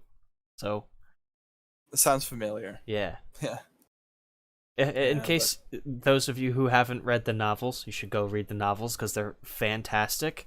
Especially the first one. And they're very different from the actual film. I don't want to spoil any of it, but like people that die in the movie don't die in the novel, and people that die in or don't die in the film die in the novel, and it's really refreshing. Which one is it, Joe? I'm not gonna spoil it for those who haven't read it. And also, the Lost World is completely different from the film that we got. So Fair enough. All right. I mean, it's funny too because like the more I think about it, like there actually were some really good like tie-in games, but some of them like still hold that status as it's just meant to go with the movie. But we have ones like GoldenEye, which transcends and it has its own. Like when you say GoldenEye, most people think of the game before they think of the movie. Yep. Which is a shame too, because the movie is really quite good as well. Oh, It stars the illustrious Sean Bean in yet another one where he dies. Spoilers. It's a fucking satellite drop. Come on, do I really have to give spoilers for a role that Sean Bean is in? He dies in every role except National Treasure because it's a Disney film. Yeah. Well, we all know But Disney's there not are- afraid of genocide now. So Oh yeah, but I mean, there are the bad ones too on the game side, and this, ooh boy, the bad ones are real bad. I only have, you know what? For those who have watched the Angry Video Game Nerd, all I have to say is 3 little letters to explain some of the bad ones: LJN. Yeah, I just picture a rainbow of death as you say those letters. Oh my god. Oh man, there's some absolute stinkers out there too, and most of these like I'd never played because I was too young at the time to like really have known about them or to have really had the wherewithal to play games at the time. Most of the really bad ones were like prior to either when we were born or right after we were born. Like, I mean, God, one of the like worst ones, like 16-bit era and before, kind of. yeah, I mean, like God, one of the worst ones out there, like the worst one of all time is like the ET tie-in for the Atari 2600. Mhm. Like it's literally, I mean, wasn't it rumored that they took like the majority of the games and buried them somewhere? The rumor was Because it was so confirmed. bad? They Was it dug them confirmed? up. They exist. Yeah, Did they exist. they really? I think Okay. they auctioned all the copies off to charity. Oh my god. Yeah. Like, it's bad even the when they poor bury kids the don't copies. even want them. Oh my god. I think they like- might have buried some of the kids who played them too. They were just too traumatized. It's funny too because I was reading some articles about this, and I'm like, there were some articles that even wound up saying like it coincided with the crash of the games industry at the time. Yeah, And, because that's- it was just that's, of such poor quality. It was barely even a game. Yeah. That was one of the things that people cite as what sparked it. Who knows if it was really the reason, the end all be all that really caused the crash. Or it was At the just time, one of those straws that broke the gaming that camel's back. that was probably more like I think it was a microcosm of what caused the crash because, prior to us being live, the video game scene was full of like, the good games were a diamond in the rough and the crappy games were like wading through crap, literally. And it's just kind of funny to think about, like, we kind of had that era in the 2000s with the number of tie-in games for movies and shows and all kinds of stuff. And there were a ton of them, but I don't think it was anywhere close to the amount that was out back then. Mm-hmm. Yeah, there probably again. not, because you think about it, the games, like my example from before and why these kind of games have kind of gone away in modern times. But back then the games were even easier to make. So you have to imagine that people were even more willing to churn these things out. Yeah, the barrier to entry has just been increased exponentially as far as game development is concerned. We decry the practices of some of the AAA companies with the monetization, but at least one benefit to it is that, like, at least you can't be releasing crappy games from main systems anymore because the amount of money. Let me rephrase: you can't be releasing games that are abjectly, completely awful quality because it costs so much. Joe, would you shut up? Anthem, like my first gut instinct is to just shout Anthem. Yes, I know game what your was first dead on instinct. Release. It was dead on release, but I mean, we're talking that was right? that was more, well, not only that, but that was a lot more misdirection and bad planning on BioWare's. It was BioWare, wasn't it? Yes, it was. It was. Yeah, on BioWare's part, and just like not being prepared for it, than actually having like a crappy game design concept. Yeah, but I think what you're getting at is that specifically with movie games, people can't just swing and miss like that. Like, yeah, they when can't. BioWare flopped with Anthem, that was like a story of the year. Mm-hmm. That was like a kind of a Cyberpunk 2077 level failure for them. Wasn't it where EA was basically just like, oh, well, you've been developing this game for 7 years, we need you to release get it out. Yeah. As far as I could tell, yes. And you know what? The game looked fantastic when they first showed it. I played the demo for Anthem, and I thought it seemed pretty fun. But I guess it just didn't connect. Yeah, and once again, rushing out a game for money wound up dooming the game's existence, just like some other game made by CD Projekt Red. But Oof. it is what it is. But I mean, God, there are some bad ones. I mean, I'm sure you guys know some bad ones. We've watched enough of AVGN, and I've watched enough John trying to know some bad games. So, I mean, do you guys have any? Two. I have several, in fact. Go for it. Yeah, so the first one, so the first one that I kind of want to touch upon is one of the 3 games from I have 5 games from childhood that I would play regularly. The first one is Toy Story 2. Oh, Disney Pixar's Toy Story 2. It's basically it follows the story of Toy Story 2, where you play as Buzz Lightyear and you go on a mission to try and save Woody. And I played it for, I want to say, about 25 minutes this afternoon, and it was just really difficult to get through. Oh God. Yeah, like the controls were jank. The collision detection was kind of weird and off, and yeah, I don't know. I think it's just a game that should be left in 1999 when it came out. Was that one a side scroller? No, it wasn't. It was a 3D action platformer. That's what I thought. Yeah. All right. Yeah. That's pretty pretty bold and intrepid there for 1999. Yeah. Joe? Joe? Hang on one sec. Continue talking. Oh, okay. What? No, I mean, it's funny, too, because, like... She's on my bed. With something like that, given the kind of budget you typically see for movie tie-in games, I don't expect a first-person, like, adventure game to really work out terribly well in that era. Just given, like, the general I'm back. landscape of how, like, those type of games were. They were either good because they were made by developers who knew what they were doing, or they were absolute trash because the developer didn't have the resources to do it correctly. Mm-hmm. Sure. Yeah. How about Mark, but anyway, you got any? before, I'm sorry, Mark.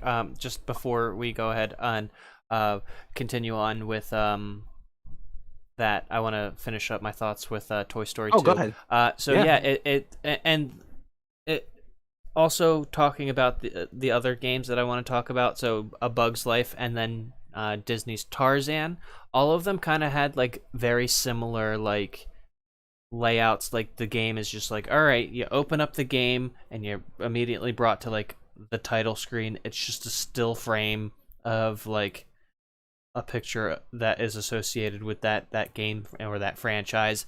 You click start, you jump into the game. The first level is always kind of like a little bit of a tutorial level where it just like it just explains the mechanics of the game. You know, you always go around and you collect coins or some version of a collectible where you get like 100 and you earn an extra life or whatever.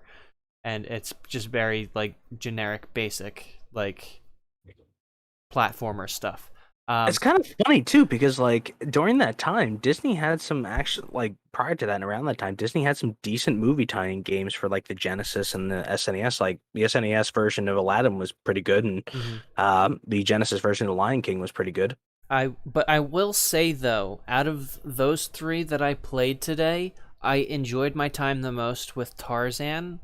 But I think it was because it was a side-scrolling platformer versus a 3D platformer, simply because like the control kept the scope narrow. Right, it kept the scope narrow and the controls were tight.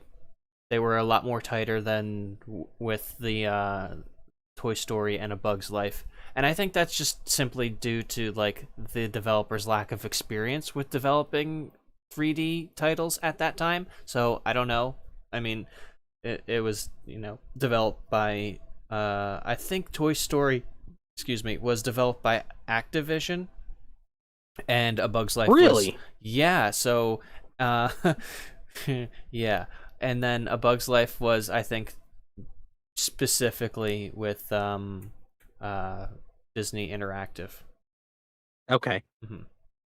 That's Disney funny too, Interactive because only a had few their years hands later, in like all three of those games, but yeah.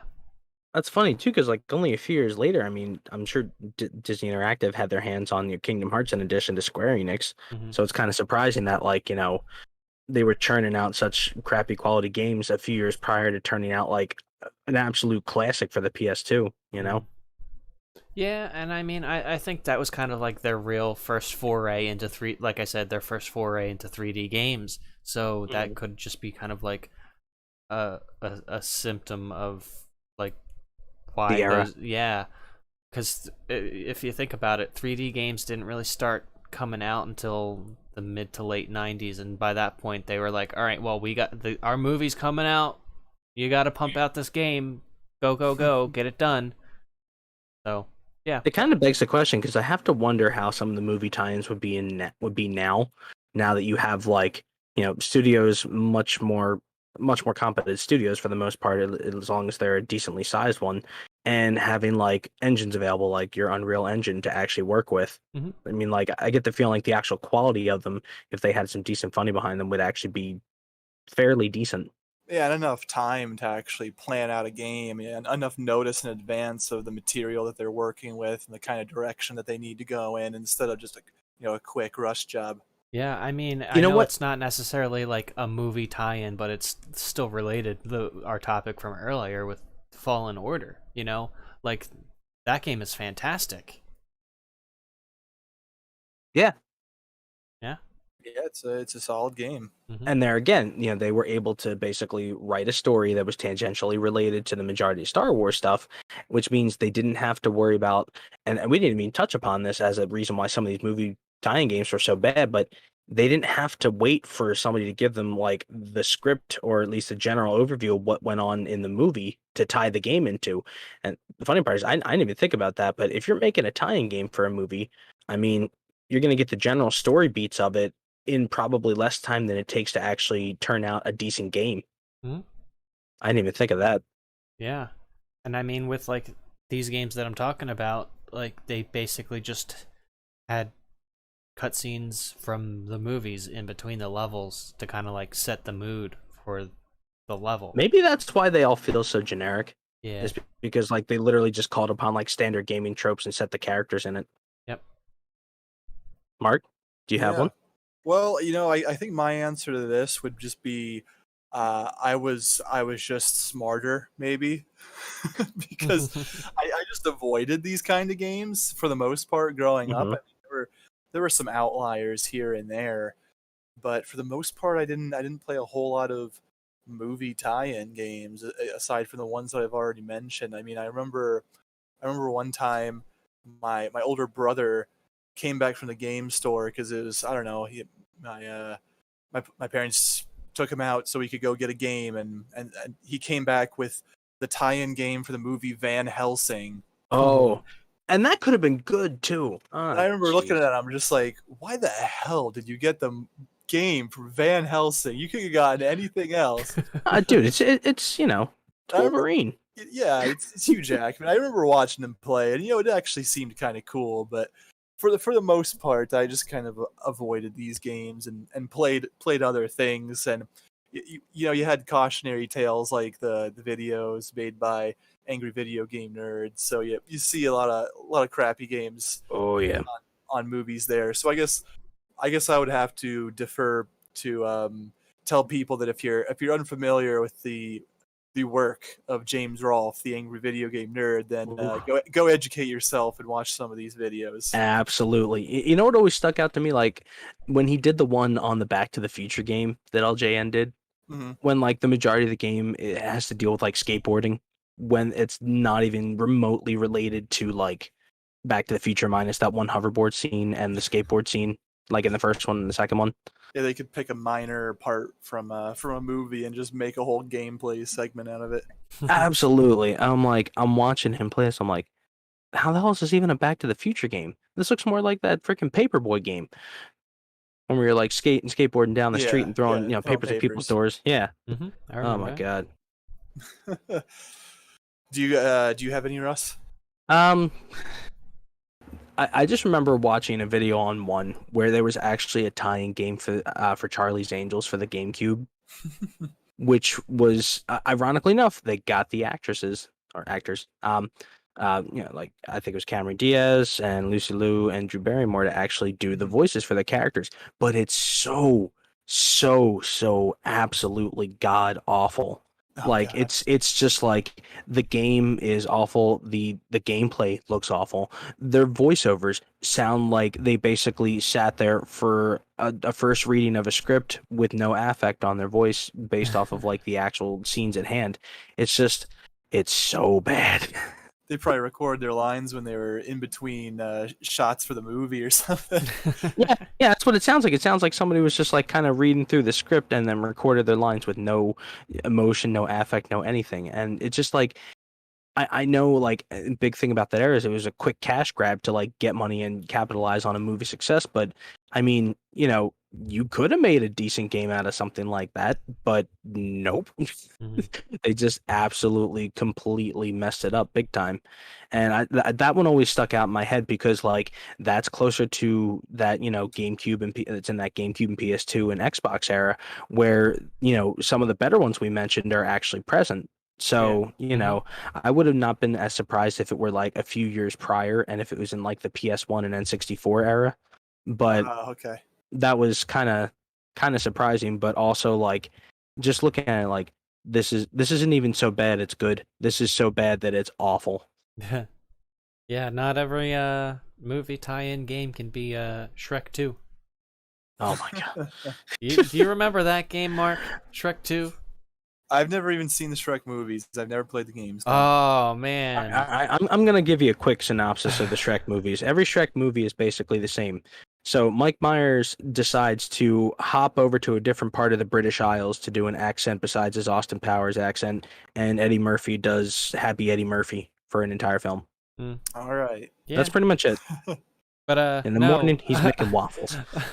The Shrek 2 tie-in game, just as a side tangent, I remember it being so much fun. So same friend who had Spider-Man 2 also had Shrek 2, and He was the friend with the hookups for those movie games. Nice. yeah, and it was always so easy for me to go over there and play his PlayStation because he was younger than me. So I was like, hey, I'm coming over. We're playing Shrek 2 today. And Shrek 2 is basically just like a 3-player beat 'em up. And it was great. A 3-player beat 'em up? Yeah, so like were you in a wrestling ring or something? Is that the one with that? I don't I don't remember. It's been so long, but all I remember is fighting and arguing with this kid that I was friends with because we both wanted to play as Puss in Boots because he used the sword. You wanted to play as Antonio Banderas, that's why. So like whenever either one of us accidentally switched characters, because you could switch characters on the fly. So like you'd switch over to either Shrek or Donkey, and then like the moment someone accidentally switched, I was like, "Oh, I'm gonna be Puss in Boots." I remember I made him cry, and his mom made me switch back. Oh man, that's rough when the mom gets involved. Yeah. Oh Jesus. Oh my God. Man. Yeah, that reminds me of a random story. I remember when I was in middle school, back when I first started collecting Yu-Gi-Oh cards. Oh no, I think I know this story. Yeah, I was on the recess yard, and there was this kid who was a grade younger than me, and he had this really rare card. I think it was like you could only get it through like a McDonald's promotion or something like that. It was the Tri-Horn Dragon. And oh no, that was actually in the very first set. That was a secret rare for Legend of Blue Eyes. Don't ask me how I know that. Well, it was really rare card. So that's the point. And he had it, and I had never seen it before. So like I offered him a stack, like a deck's worth of cards, probably a small stack of cards. It was junk common stuff that I like nobody would want, but it was a lot of cards I was offering him for this one, and he did the trade. And yeah, apparently he was crying about that. And yeah, his mom looked up my household in the school directory and gave my mom a call. And moral of the story is I kept the card because fuck that kid. You were also the reason why your school banned Yu-Gi-Oh cards. Probably. I was a shark. Wait, they didn't actually ban the cards when you were in school, did they, Mark? No, they didn't for me, no. I remember they did in some schools for Pokemon. I remember going through I went to Catholic school for elementary school, so like same. Yeah, so like I remember we had Pokemon cards there for maybe like a month before they banned Pokemon cards, and then Yu-Gi-Oh came out, and we're like, all right, well, we're gonna just have Yu-Gi-Oh cards, and then that lasted maybe like 3 weeks. Oh yeah. Which one's the lesser of two evils here in a Catholic school? The game where Pokemon evolve, or the one where you're literally summoning shadow monsters made by evil Egyptian magic? The answer's easy, Russ. Yeah. What evolution? Exactly. What evolution, Russ? Oh my God. Oh Jesus. No, it annoys me that we call it evolution. Because Pokemon it's don't metamorphosis. Evolve. They go through metamorphosis, but it's more catchy to say they evolve. So. Well, evolve rolls off the tongue better than metamorphosize. Yep. So oh or my God, my Squirtle metamorphosized into a Vortortle. Just make up a word like Digimon did and just call it Digivolution. Digivolve. They should have Pokevolve. We got here from talking about Shrek money. too.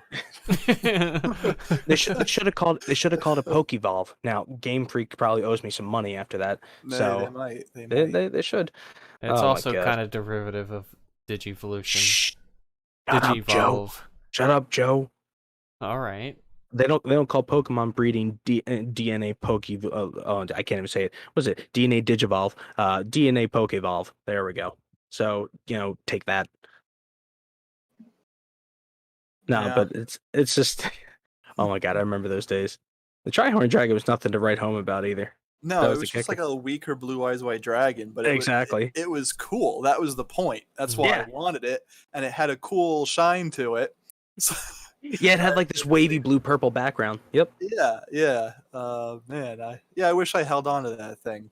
But oh my God, you should have framed it and been like, "Fuck you, Jerry. I'm keeping your Tri-Horn Dragon." I am so very glad that they didn't do like a Yu-Gi-Oh movie tie-in game, because oh god, that would have been absolutely awful. Oh Jesus. Yeah, the Yu-Gi-Oh games were bad enough as is. We didn't need one to tie into a movie with. And actually, no, the games themselves were actually really good. That's No, that's yeah, the you're sad right. I part. remember, Like Forbidden Memories was yeah, great. Forbidden Memories was always a good one.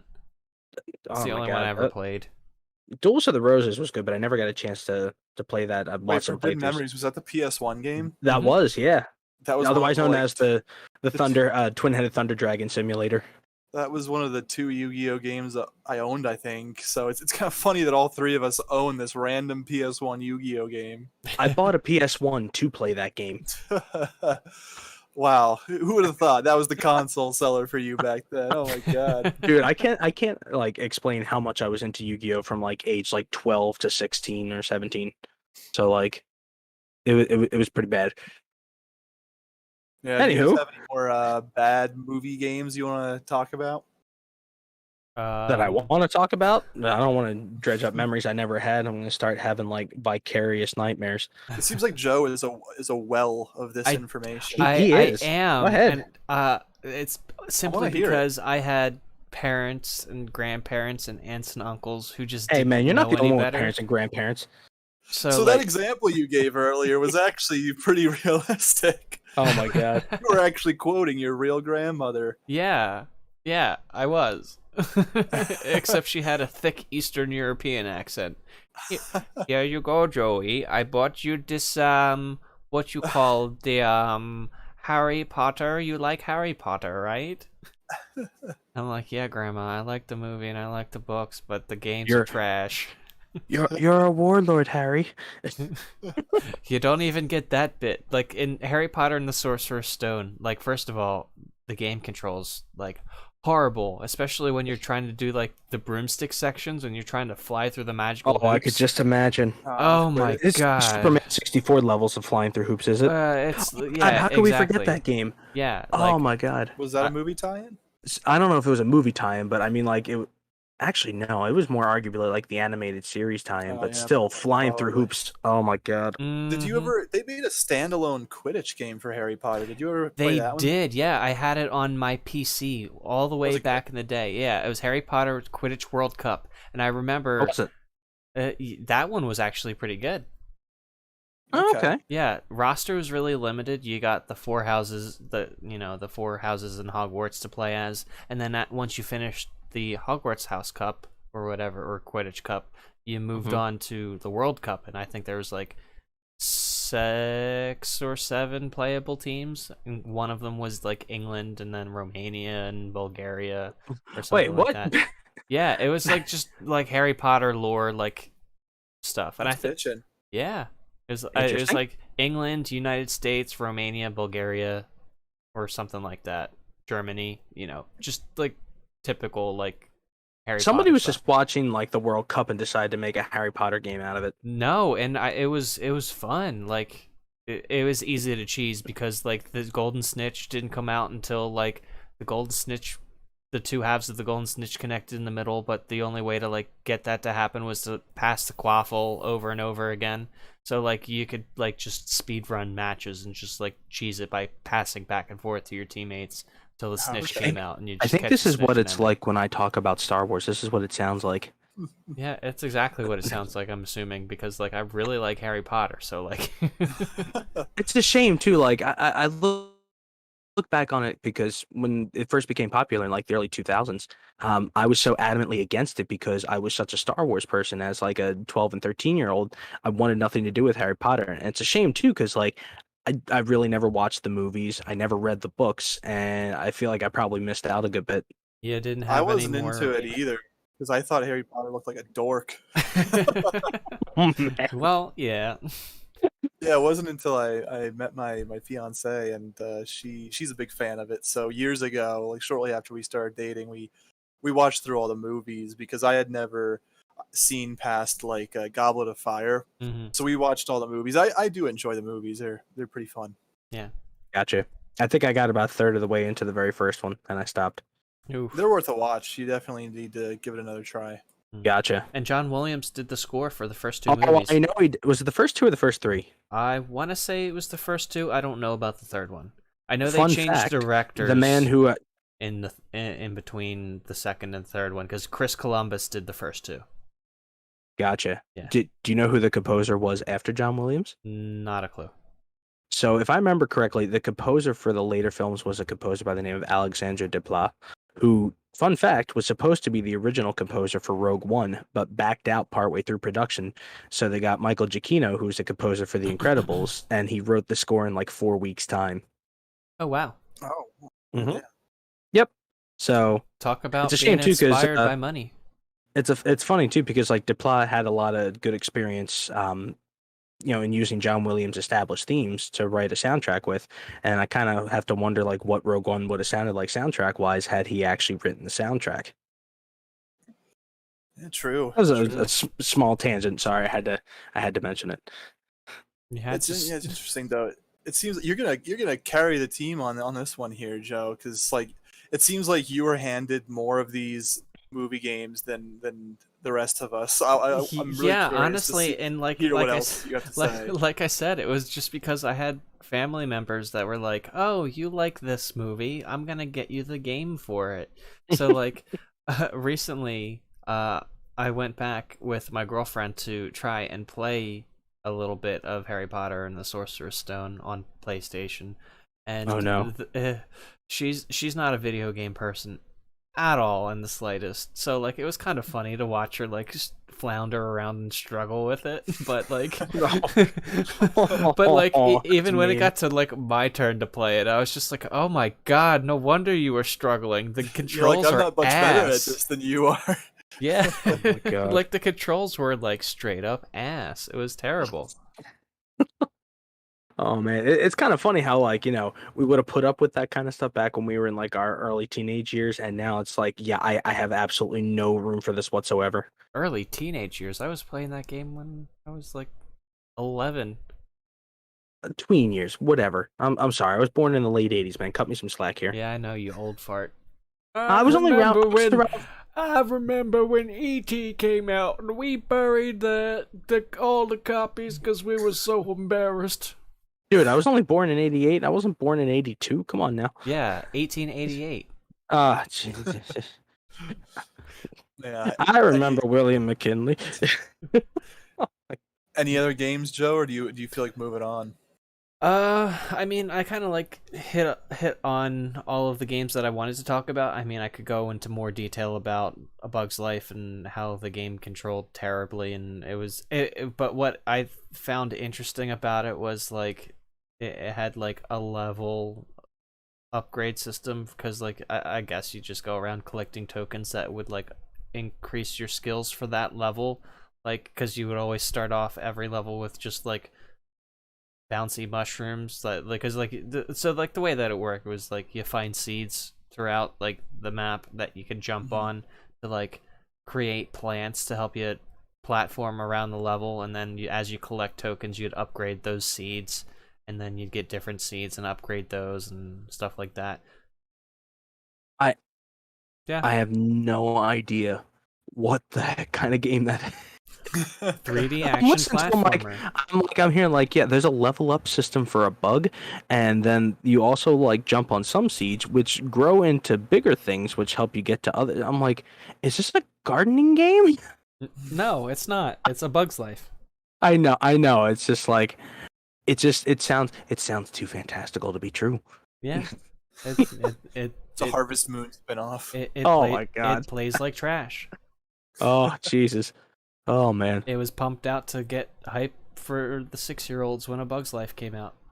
Did any of you guys ever watch that movie? Yeah, I used to watch it all the time. I never saw it.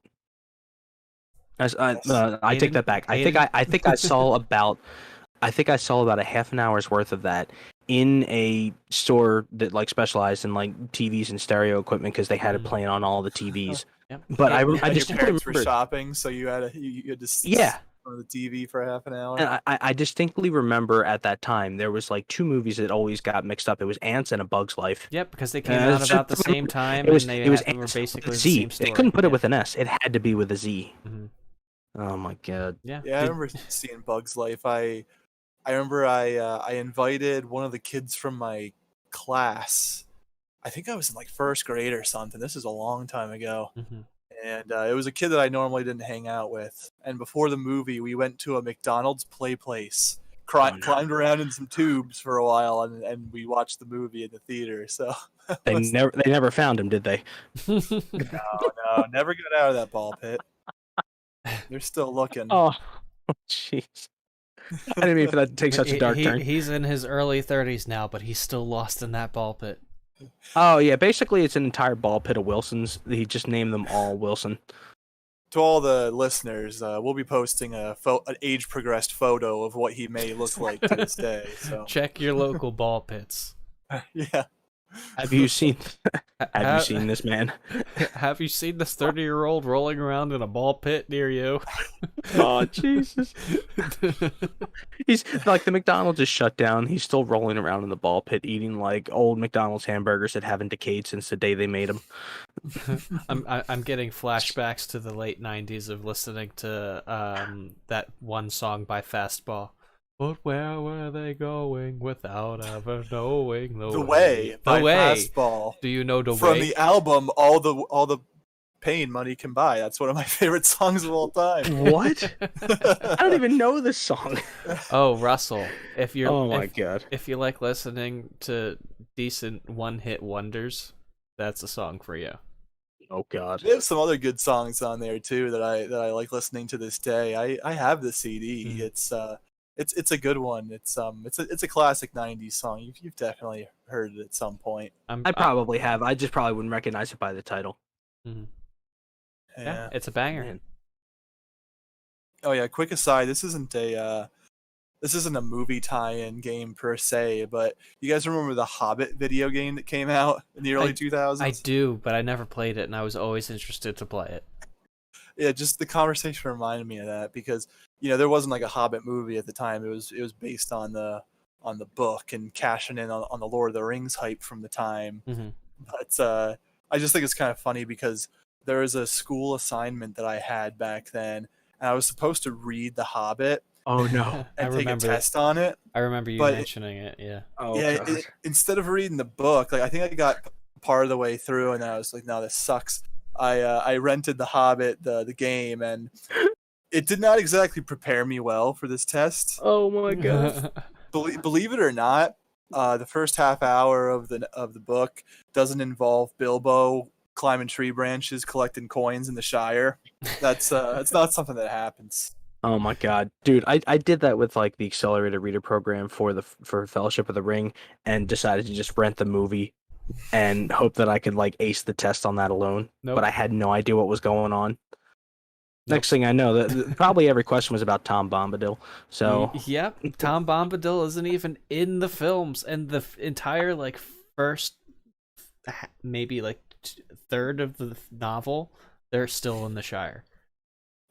Yeah, just bumbling around. Oh my god. Oh god. I just wanted to mention that because it's just another licensed game, so kind of funny. Dude, that is kind of funny. You guys want to move on? Well, I mean, I think that's pretty much about what we were going to talk about. It was kind of a short one today because there were the good ones and then there were the not so good ones. Mm-hmm. Unless you have another part you've conjured up there in your head there, Joseph. I think we were gonna... Does Battlefront 2 or the original Battlefront 2 count? Because that came out around Attack of the Clones, didn't it?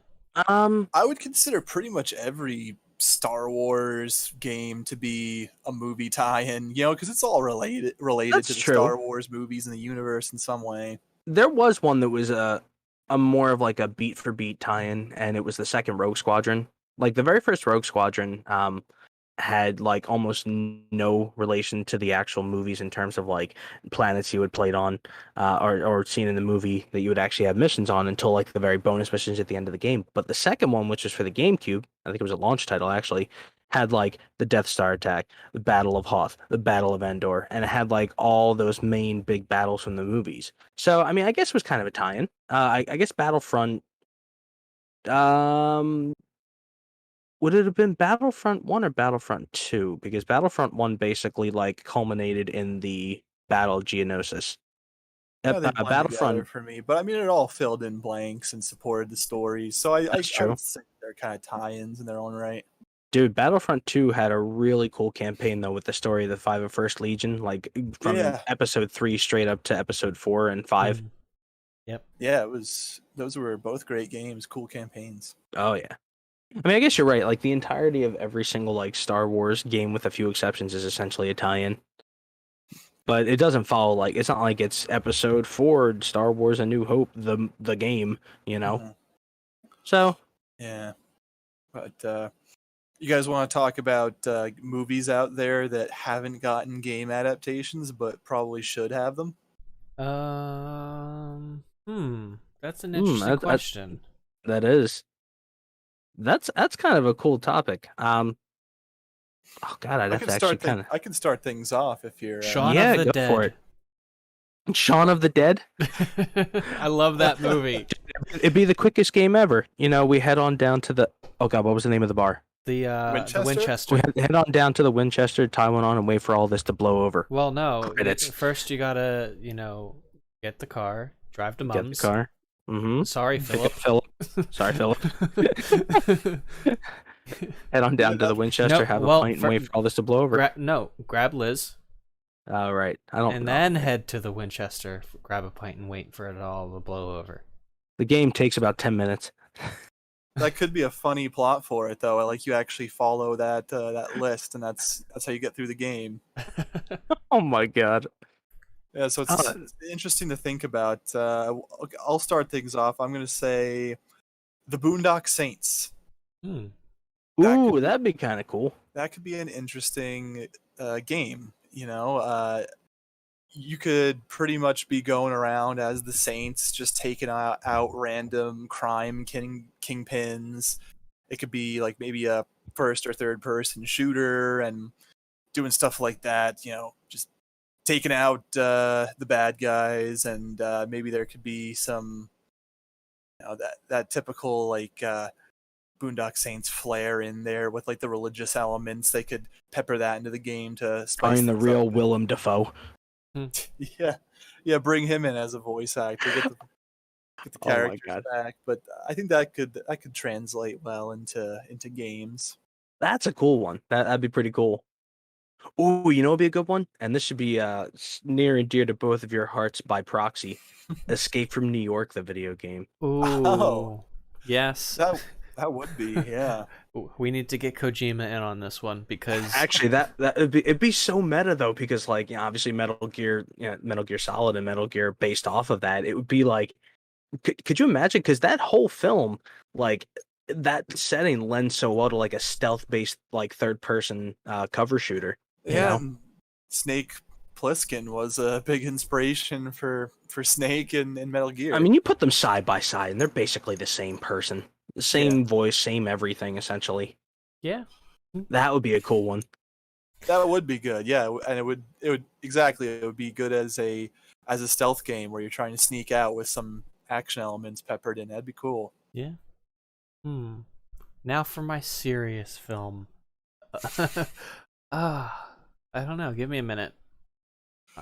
Fun fact though, when I was looking into thinking about movies that don't have game adaptations, one thing that I thought was kind of surprising is that in the US we didn't get a game based on Underworld, which just seems like it would be a no-brainer. Yeah, well, with Kate Beckinsale, right? Yeah, doesn't it just seem like I say Underworld and you would assume that there's probably a game? It kind of feels like it should be. I mean, it feels like it's ripe for that. Because it was a popular movie series. But you're fighting demons. Yeah, in the early to mid 2000s, and B, like that was the peak of these kind of movie tie-in games. You would think, like the Van Helsing one your brother got. Exactly, it would be kind of like that. You would think that they would have made one in the US. I think it only had a European release on PS2. Huh. So yeah, we didn't get it in the States. That is kind of surprising, actually. You'd think it would be a perfect prime candidate. Let me think. Actually, did Blade have a game tie-in? Pretty sure. Let me check. I'm not sure. I know there was a Blade Runner game, but no, not Blade Runner. Just Blade. I know Blade. Yeah, I know, like Blade Trinity. I gotcha. You know, I found out Yeah, recently that I didn't know. I didn't know Ryan Reynolds was Ryan Reynolds in that movie. he was in Blade 3 Okay, Trinity. gotcha. I didn't know he was in that. Like, I thought the first thing I legitimately saw him in was that I was whatchamacallit. Oh my god, I can't remember the name of it. The one Van where he's in the Wilder. college. Yes, that's Van a Van Wilder. Wilder. Thank you. Yeah. Oh my god, They made a drawing Blade blanks. game for the PS1. All Yeah, right, there we go. and Oh my god. and Okay. Game Boy Color. Oh, And that can't be good. they made a Blade 2 on PS2 and Xbox. Okay. Oh, you know what we need? We need a Top Gun beach volleyball simulator along the lines of the Dead or Alive Extreme Volleyball. With glistening men. God. Yeah. Oh no, it would actually be better if there was like the actual like fighter plane combat part of that rather than that. But I couldn't like I couldn't resist like bringing that up as one, and like the tagline could literally just quote like "Highway to the Danger Zone" could be the subtitle of the game.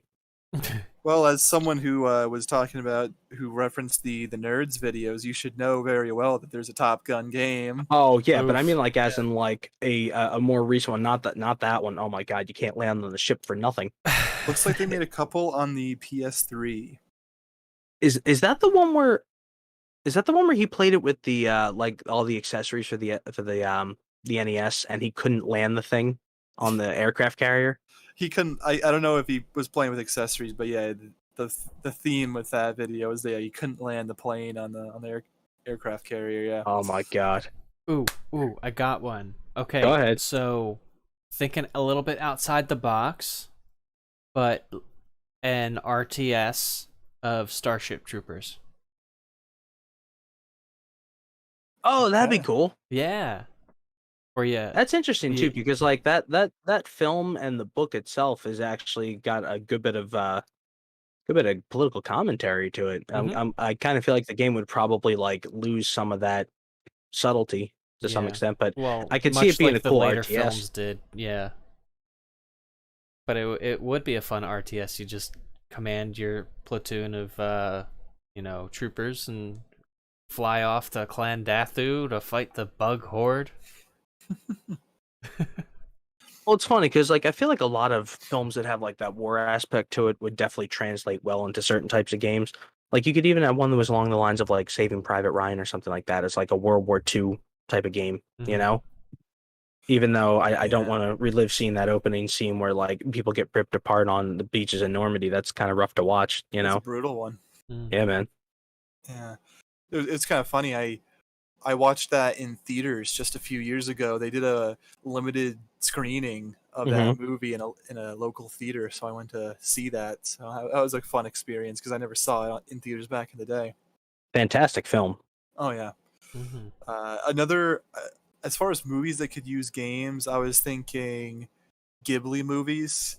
I mean, That'd be cool. we see how it worked that like the Ghibli graphics work in Nino Kuni. I've been playing that over the past couple of months, having fun with it. So hmm it doesn't seem like the movies have really gotten attention from a game perspective because, and it's kind of weird when you think about it because Ghibli is kind of like Japan's Disney, Mhm. and there have been Yeah. plenty of video games based on Disney characters, so it just seems natural, especially since Japan's such a hotbed for games. It seems natural that there would be Ghibli movies turned into games. Yeah, you would think so too, especially with like now we've finally gotten kind of gotten the formula right for putting that type of aesthetic into games and having them actually feel and look like it.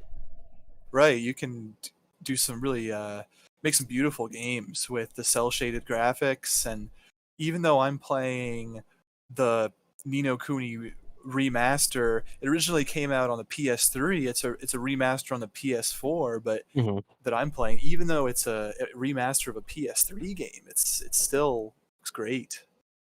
Gotcha. So with the God, I'm really trying to rack my brain thinking of something that goes good with a movie. Mhm. and it's tough when you think about it because you think about the types of movies that would typically be turned into games, and it's already been done.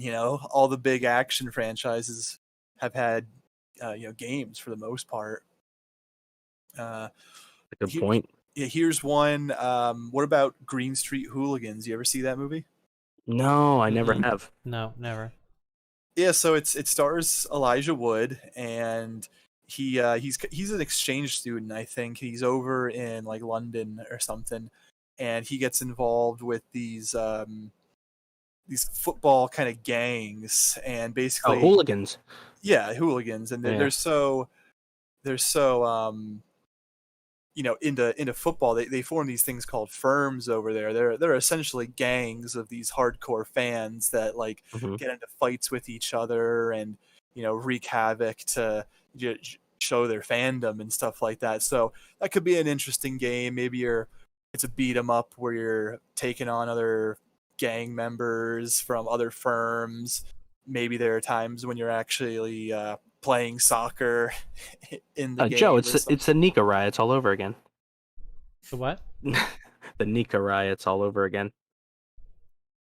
I Oh, I don't know if you know that reference or not. That's a historical one. no. But anyway, Byzantine. in, Hey, in go this ahead. Sorry, go ahead. in this hypothetical game, maybe you could even go to like a football match and cause havoc and get into fights. Maybe you could storm the field and even like hit some players or something. That'd be cool. Kind of, That'd be kind of, interesting. kind of like a game with kind of like a bully feel to it. Yeah, sort of like Yeah, that. I could see that. Yeah.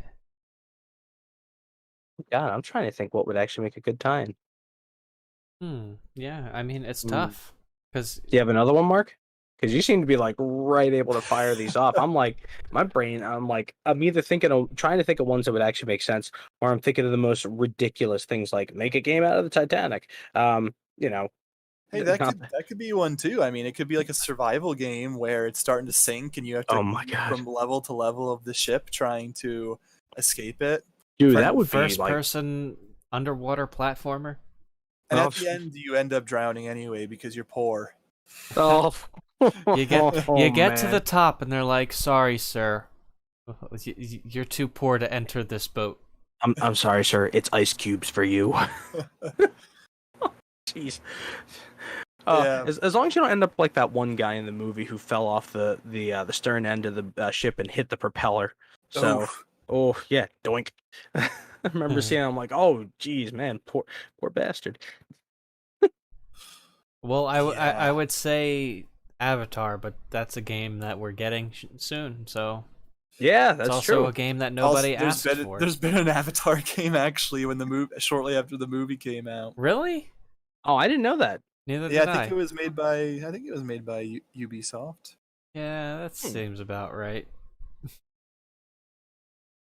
Well, that's kind of cool. I mean, I'm not surprised. Oh, but yeah, I heard that there was a new one coming out. It's supposed to be like a sequel to the actual movie, or because I mean, what is it? I don't know how it interacts with the Avatar It's world, but yeah. All I know is it's a game that nobody asked for. Yeah, that sounds about right. I think Avatar 2 and 3 are movies that nobody asked for. Yeah. No, Yeah, that's a good well, point. if you're still thinking, there was only one more Go ahead, movie let's hear it. that I had in the pipeline, and it's one of my favorite movies, and it's A Clockwork Orange.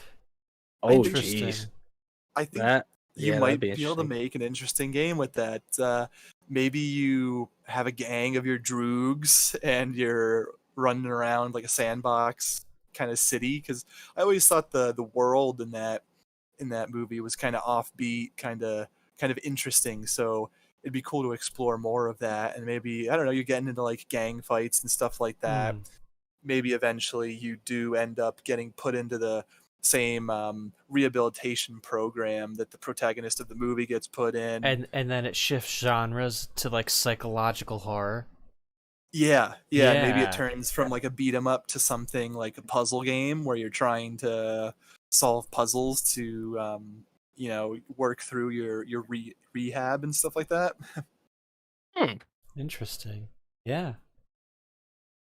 You Yeah, know, so funny that you mentioned that one because like I was trying to rack my brain of like good movies that would make a good game and I was just like, what about Clockwork Orange? Nah, I don't know. I don't know. How would that be a game? But no, yeah, that would be fun. yeah, and then maybe after you get out of rehabilitation, it has like a really dark ending where your fighting abilities are stripped from you and you end up getting killed in the end of the game or something. Ooh, or like every time you try to like attack like an NPC, the game like stops you, and like it's just Yeah, or your vision gets all like wibbly wobbly, and you get nauseous or something. Yeah. Oh, that'd be kind of cool after the Ludovico? Is that the name of it? The Ludovico treatment? I forget the name of it. Something like that. I mean, it involves Beethoven, so yeah. Yeah, okay, there we go. So, But that would be interesting. I could see that. I could see that being a solid game if it was done right. That brings up a good pretty much point. It's kind of funny too, because like every franchise I'm thinking of, they're like, oh, that'd be a cool game, and like, oh wait, they already did that and it was crappy. Like I'm like, wouldn't it be cool if they made a good game? Well, yeah. It's like, wouldn't it be cool if they made like a game out of like the Terminator franchise, and then wait a minute, they did, and it's awful. And it's been done many times. Exactly. Didn't and they just every one of recently them are come awful. out with a Terminator game not too long ago? And the fact that I don't even know if they did should tell you all you need to know. Was it Terminator Resistance? Yes, it's on my Steam wish list. I'm waiting for it to like really like dip in price before I get it, because that's what the reviews are saying. It's an alright shooter game, but just don't get it on sale.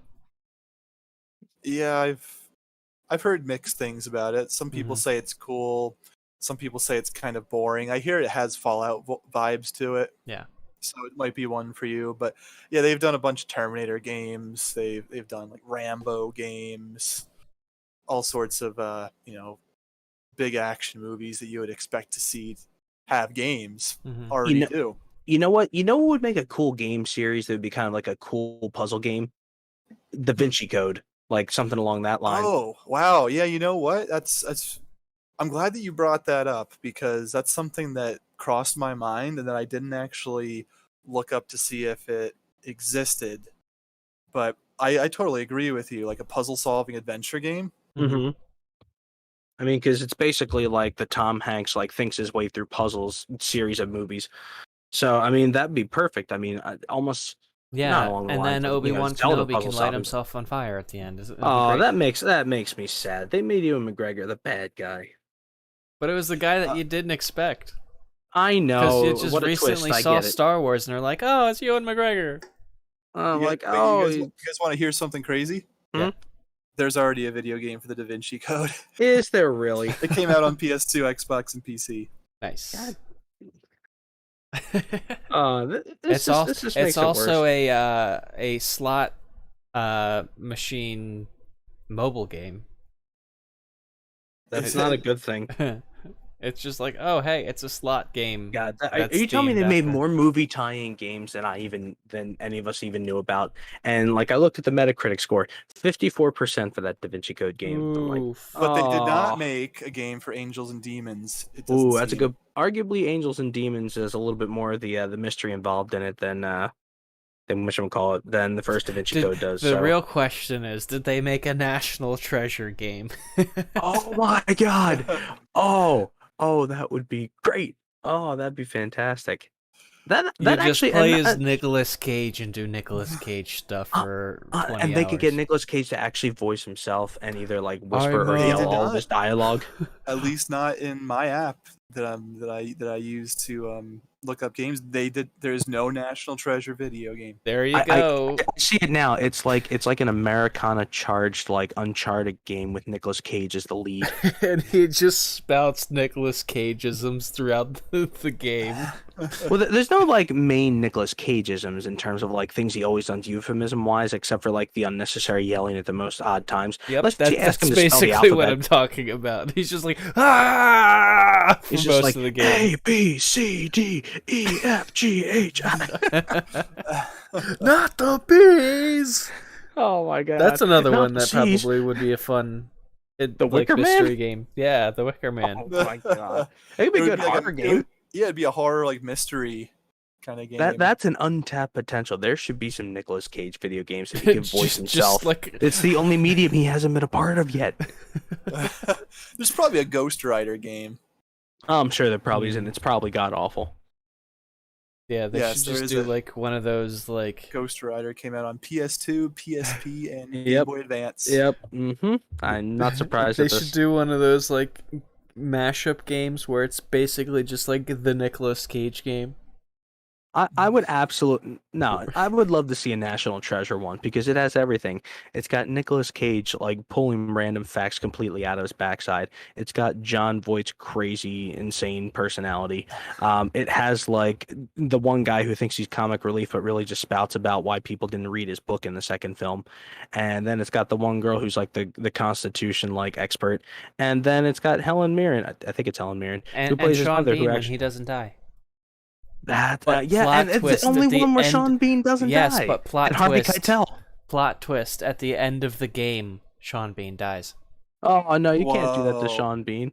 It's like an alternate ending similar to the episode 3 Star It's- Wars video. God, Yeah, where Nicolas Cage gets the whip out a Declaration of lightsaber. Independence, and he Oh turns my it God. around and he shoves it through Sean Bean's chest. I'm sorry, he takes a what and shoves it through Sean Bean's chest. And hear what you said? He takes the Declaration of Independence, and Independence, there we shoves go. it through Sean Bean's chest. Yeah, Perfect. he actually he flattens it out and slaps it on his chest, and then shoves a knife through it and his heart.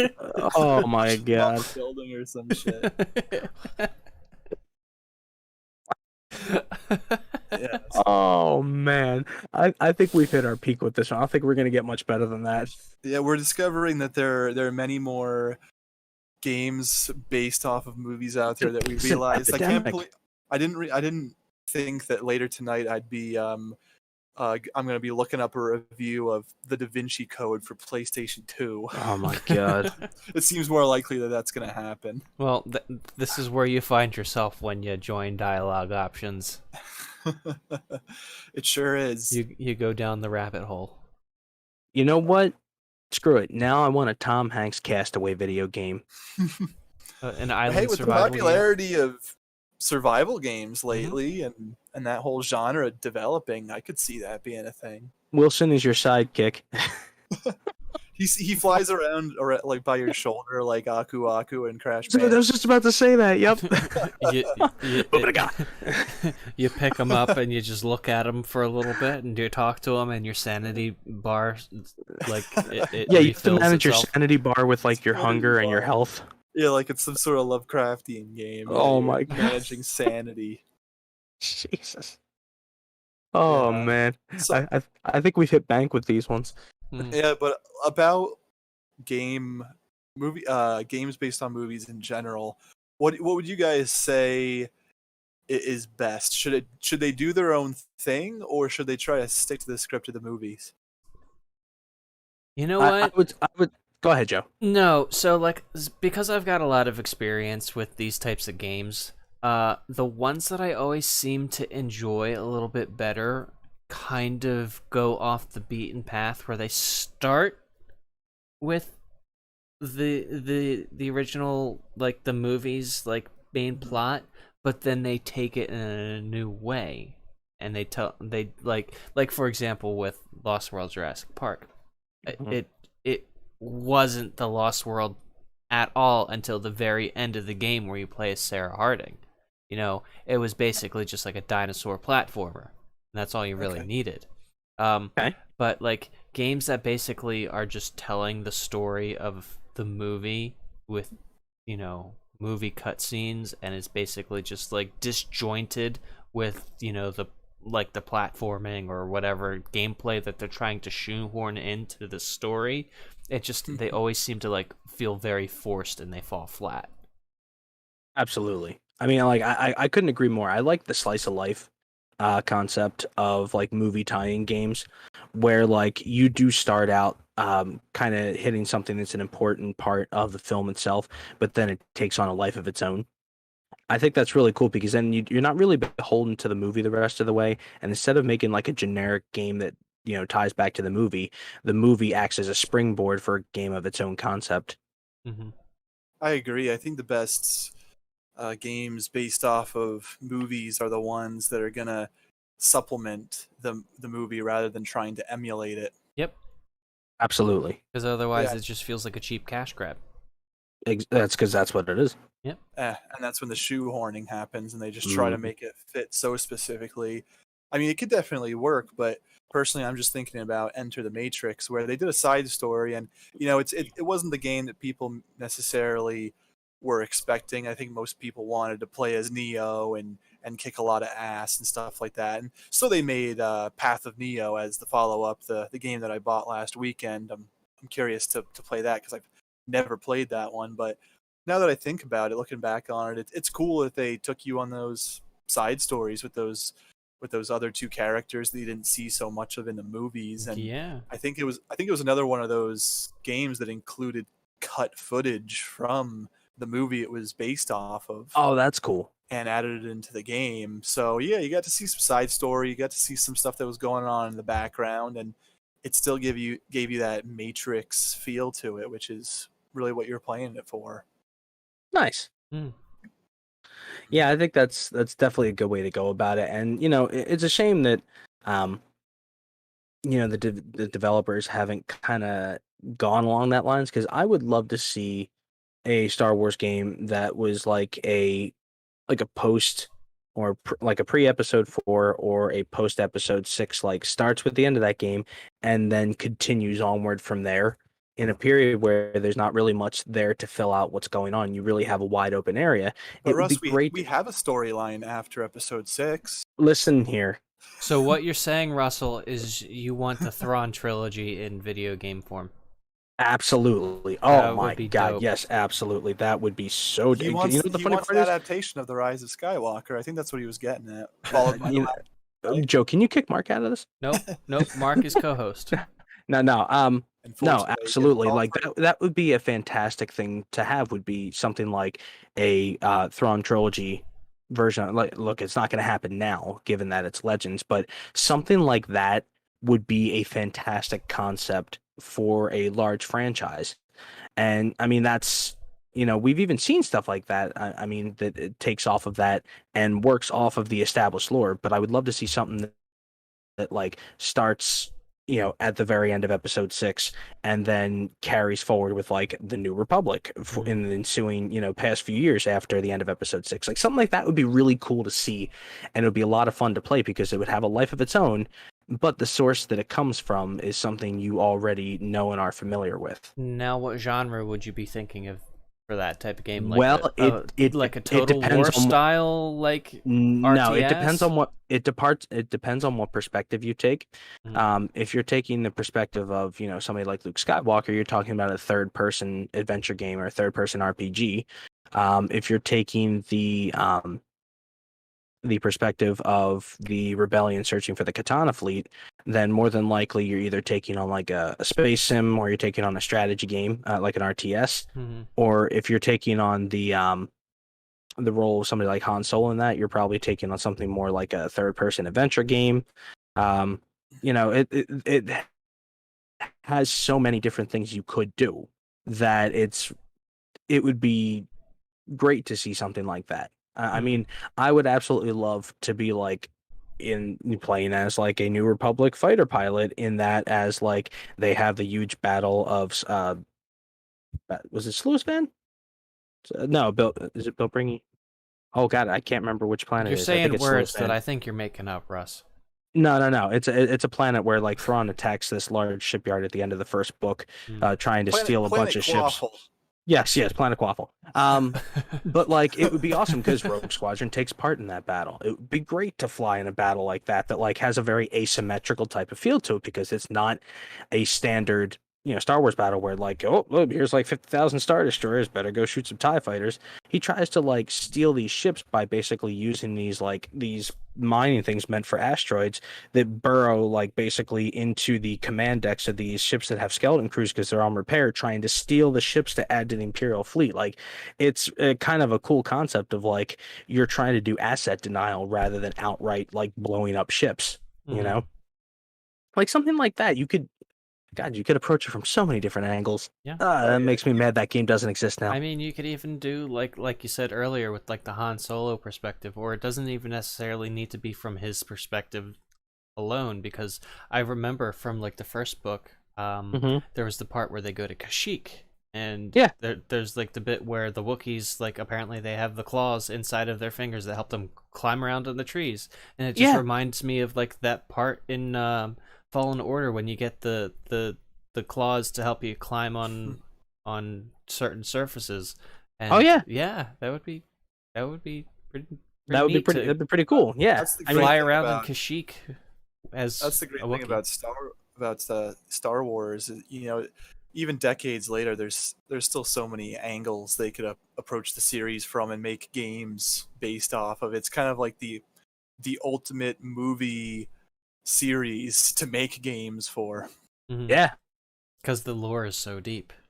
Yeah, Well, the there's a lot. secret of the lore is that he didn't do what Tolkien did and stipulate on everything ahead of time. You know, you take a look at something like Lord of the Rings, and Tolkien did some fantastic world building, but there's not a whole lot of empty spaces left over. Yeah. You know, you take a look at what George Lucas did with Star Wars. He basically created the universe for the 3 films, and then after that, it's like, okay, well, now the books get to do some of this stuff because Yeah, he before the basically just left it to everyone else to fill the gaps. yeah, You I kind mean, of make hell, it a modular experience where it Mhm. comes together for this one cohesive experience. exactly. I mean, hell, that like the planet Coruscant didn't even exist as a planet that was invented with the name prior to TIE Fighter being a game. Of course, they also called it Coruscant at that point, but that's neither. That's besides the point. I mean, hell, Thrawn was in the TIE Fighter game. That was a space sim in like 1994. So I mean, like it's just kind of it's got those wonderful MS DOS like cutscenes that are just like delightfully old school, but like also kind of trash at the same time. Hmm. But I Yeah. mean, I've gotten way off the beaten path with it. But there's so many film series that have like an established story that you can make some fantastic games out of if you weren't beholden to a particular film and One make something that's a slice of life from it. one day we could do a whole dive and talk about all the Star Wars movies and how they relate to all the the best games. Maybe we could like talk about the golden era of like Xbox Star Wars games. That could be a Oh, that'd be fun great. one. Mhm. There's some really good stuff from like 2001 to 2005. Yeah, it's a whole conversation there. Oh Yes, yeah, it is. yeah. That's gonna be me rambling for 5 hours. Yeah, I'm actually just gonna put my headset down at that point. And just Yeah, I'll take go care of it. eat a Don't worry. Yep, sandwich or we can something. walk away from the stream and we'll come back 4 hours later and there's Russ still talking about Star Wars. I'll just make pre-canned like voice clips of me going, "Yeah, uh-huh. Oh, that's interesting. Yeah." It's funny that you say that, but keep going. I never looked at it that way. Just a whole soundboard of them. Oh man. I mean, it's funny. I didn't, think we were gonna add the last part to this one that we did, but it was a really cool concept to add into there, Mark. That was a good thought there. Yeah, I'm glad we got to talk about it. Do you have any final thoughts there, Joseph, or do you have anything else to add, or do you think we pretty much mined most of this? Because I don't think we're gonna get much better than like a Nicolas Cage simulator. Yeah, nope, I'm ready for some pizza.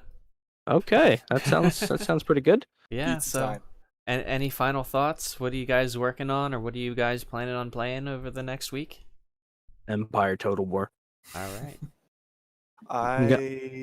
Oh, you continue. Oh, I was gonna say I'm gonna go completely ahistorical and have America decide to show up for the Iraqi War about 200 years prior, There you go. just to see how it works out.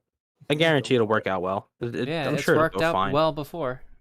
Yeah, definitely. I'm Yeah. definitely not raising my eyebrows in a sarcastic fashion, but you can't see that. He's a spaceship. He has no eyebrows. I plan on finishing God of War 2 in the near future. Like I said, I started playing it earlier in the week, and I put a good amount of time into it already. I think I'm already about 9 or 10 hours in, and they're not very long games, at least those older ones. So I shouldn't have too much longer to go. So I'll be polishing that off over the next week, and I recently made a purchase on eBay. I bought Bloodborne. Ooh. Oh, nice. Yes, so that is next up on my list of From Software games to play. I've gone through Demon Souls, Dark Souls, and Dark Souls 2, so Bloodborne's next. I hear nothing but good things. Hopefully it doesn't kick my ass too hard, but I have that game on the docket for the next game that I play. Yeah, I'm definitely interested in getting into those style games now that I've got Fallen Order under my belt. I was always so like hesitant to buy like Dark Souls because I was just like, I don't want to buy a game that's just gonna repeatedly kick my ass. But then again, I've played Crash Bandicoot, so what what do you know? Yeah, but Crash Bandicoot's not a Souls game. Are It's you just sure, like Dark Russell? Souls. Have you played Crash Bandicoot? I've played it. Yes, the platforming is very, very specific about where you land, but it's not a Dark Souls game. Are you Dark Souls sure, isn't Russell? Have you played Crash Bandicoot? I'm sure Dark Souls isn't as difficult as Crash Bandicoot. Yeah. Well, I know. Keep in mind, Fallen Order has difficulty settings. I'm not sure which one you chose. It does. I chose like the standard difficulty setting. That's fine enough to get through the game. Yeah. Yeah, I can't remember. I think there are multiple. I think there might have been 5 or so difficulties. I think there's 4 or 5. Yeah. Yeah, it was like the story mode, and then there was just like Jedi Padawan, Jedi Knight, and then Jedi Master. Jedi Master. Yeah. Yep. Okay, I might have done Jedi Knight. I don't know. It was pretty challenging on that at parts, but yeah, just keep in mind there's no difficulty setting in those Souls games. Mm-hmm. So you get what you get, and they're definitely, they will make you very unhappy at times. Gonna make me cry. But pick one up and see what you think. All right, it's worth a shot. But nice. Yeah. So, and as far as what I've been up to, I've just been working a lot, and when I'm not working, just kind of like chilling out. I actually, along with Fallen Order, I took Justin's recommendation and picked up Dead Space. It's just like Dark Souls. Yeah, and I'm enjoying it for what it is so far. There were a few bits that kind of like made me jump, but it was more because it was the jump scare than anything, and I just wasn't expecting it. But it's very atmospheric. I really like that. Oh yeah. My one kind of gripe with it is it feels really sluggish and kind of like clunky to control, but I don't know. And I'm playing. I've decided like it's probably best if I just play it with a controller, because like even that's with what the original was. Yeah. Like the UI hasn't been like converted over to like reflect mouse and keyboard, so it's still giving you like your controller prompts. So I was just like, you know what? All right, fine, controller. But like mouse sensitivity, it feels like there's a bit of a delay with the mouse sensitivity anyway, even on like the menu screen. It's weird. Oh, that's a shame. Yeah, but otherwise I'm enjoying it. I've maybe played it for a little bit more than an hour to this point, so I'm having a time with it.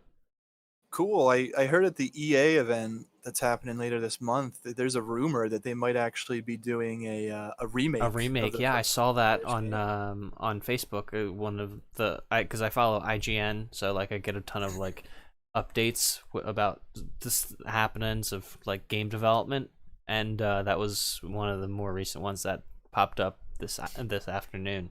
So yeah, depending on how much I like Dead Space, I might be looking forward to that. Hey, there you go. Yeah. But as far as today's topic goes, I would say for movie tie-in games, they're usually pretty mediocre, oftentimes bad, but every now and then you get some good ones, some special ones that are good enough that they actually hold a special place in your heart alongside some of the classics out there that aren't based on any kind of license.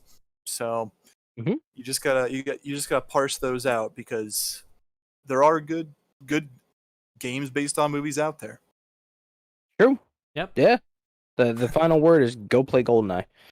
Yeah, go play GoldenEye. All right. Thrawn Simulator 2022. Oh, jeez. I know. Textbook how to make Russell cream in his pants. Star Wars game with Thrawn and spaceships. All right. On that note, ladies and gentlemen, thank you so much for joining us on another episode of Dialogue Options. I have been your host, Cobalt Cat, joined by the lovely Marcamune and Ace X-Wing 88, also known as Mark and Russ. I'll see you next time. Till next time, peeps. Bye.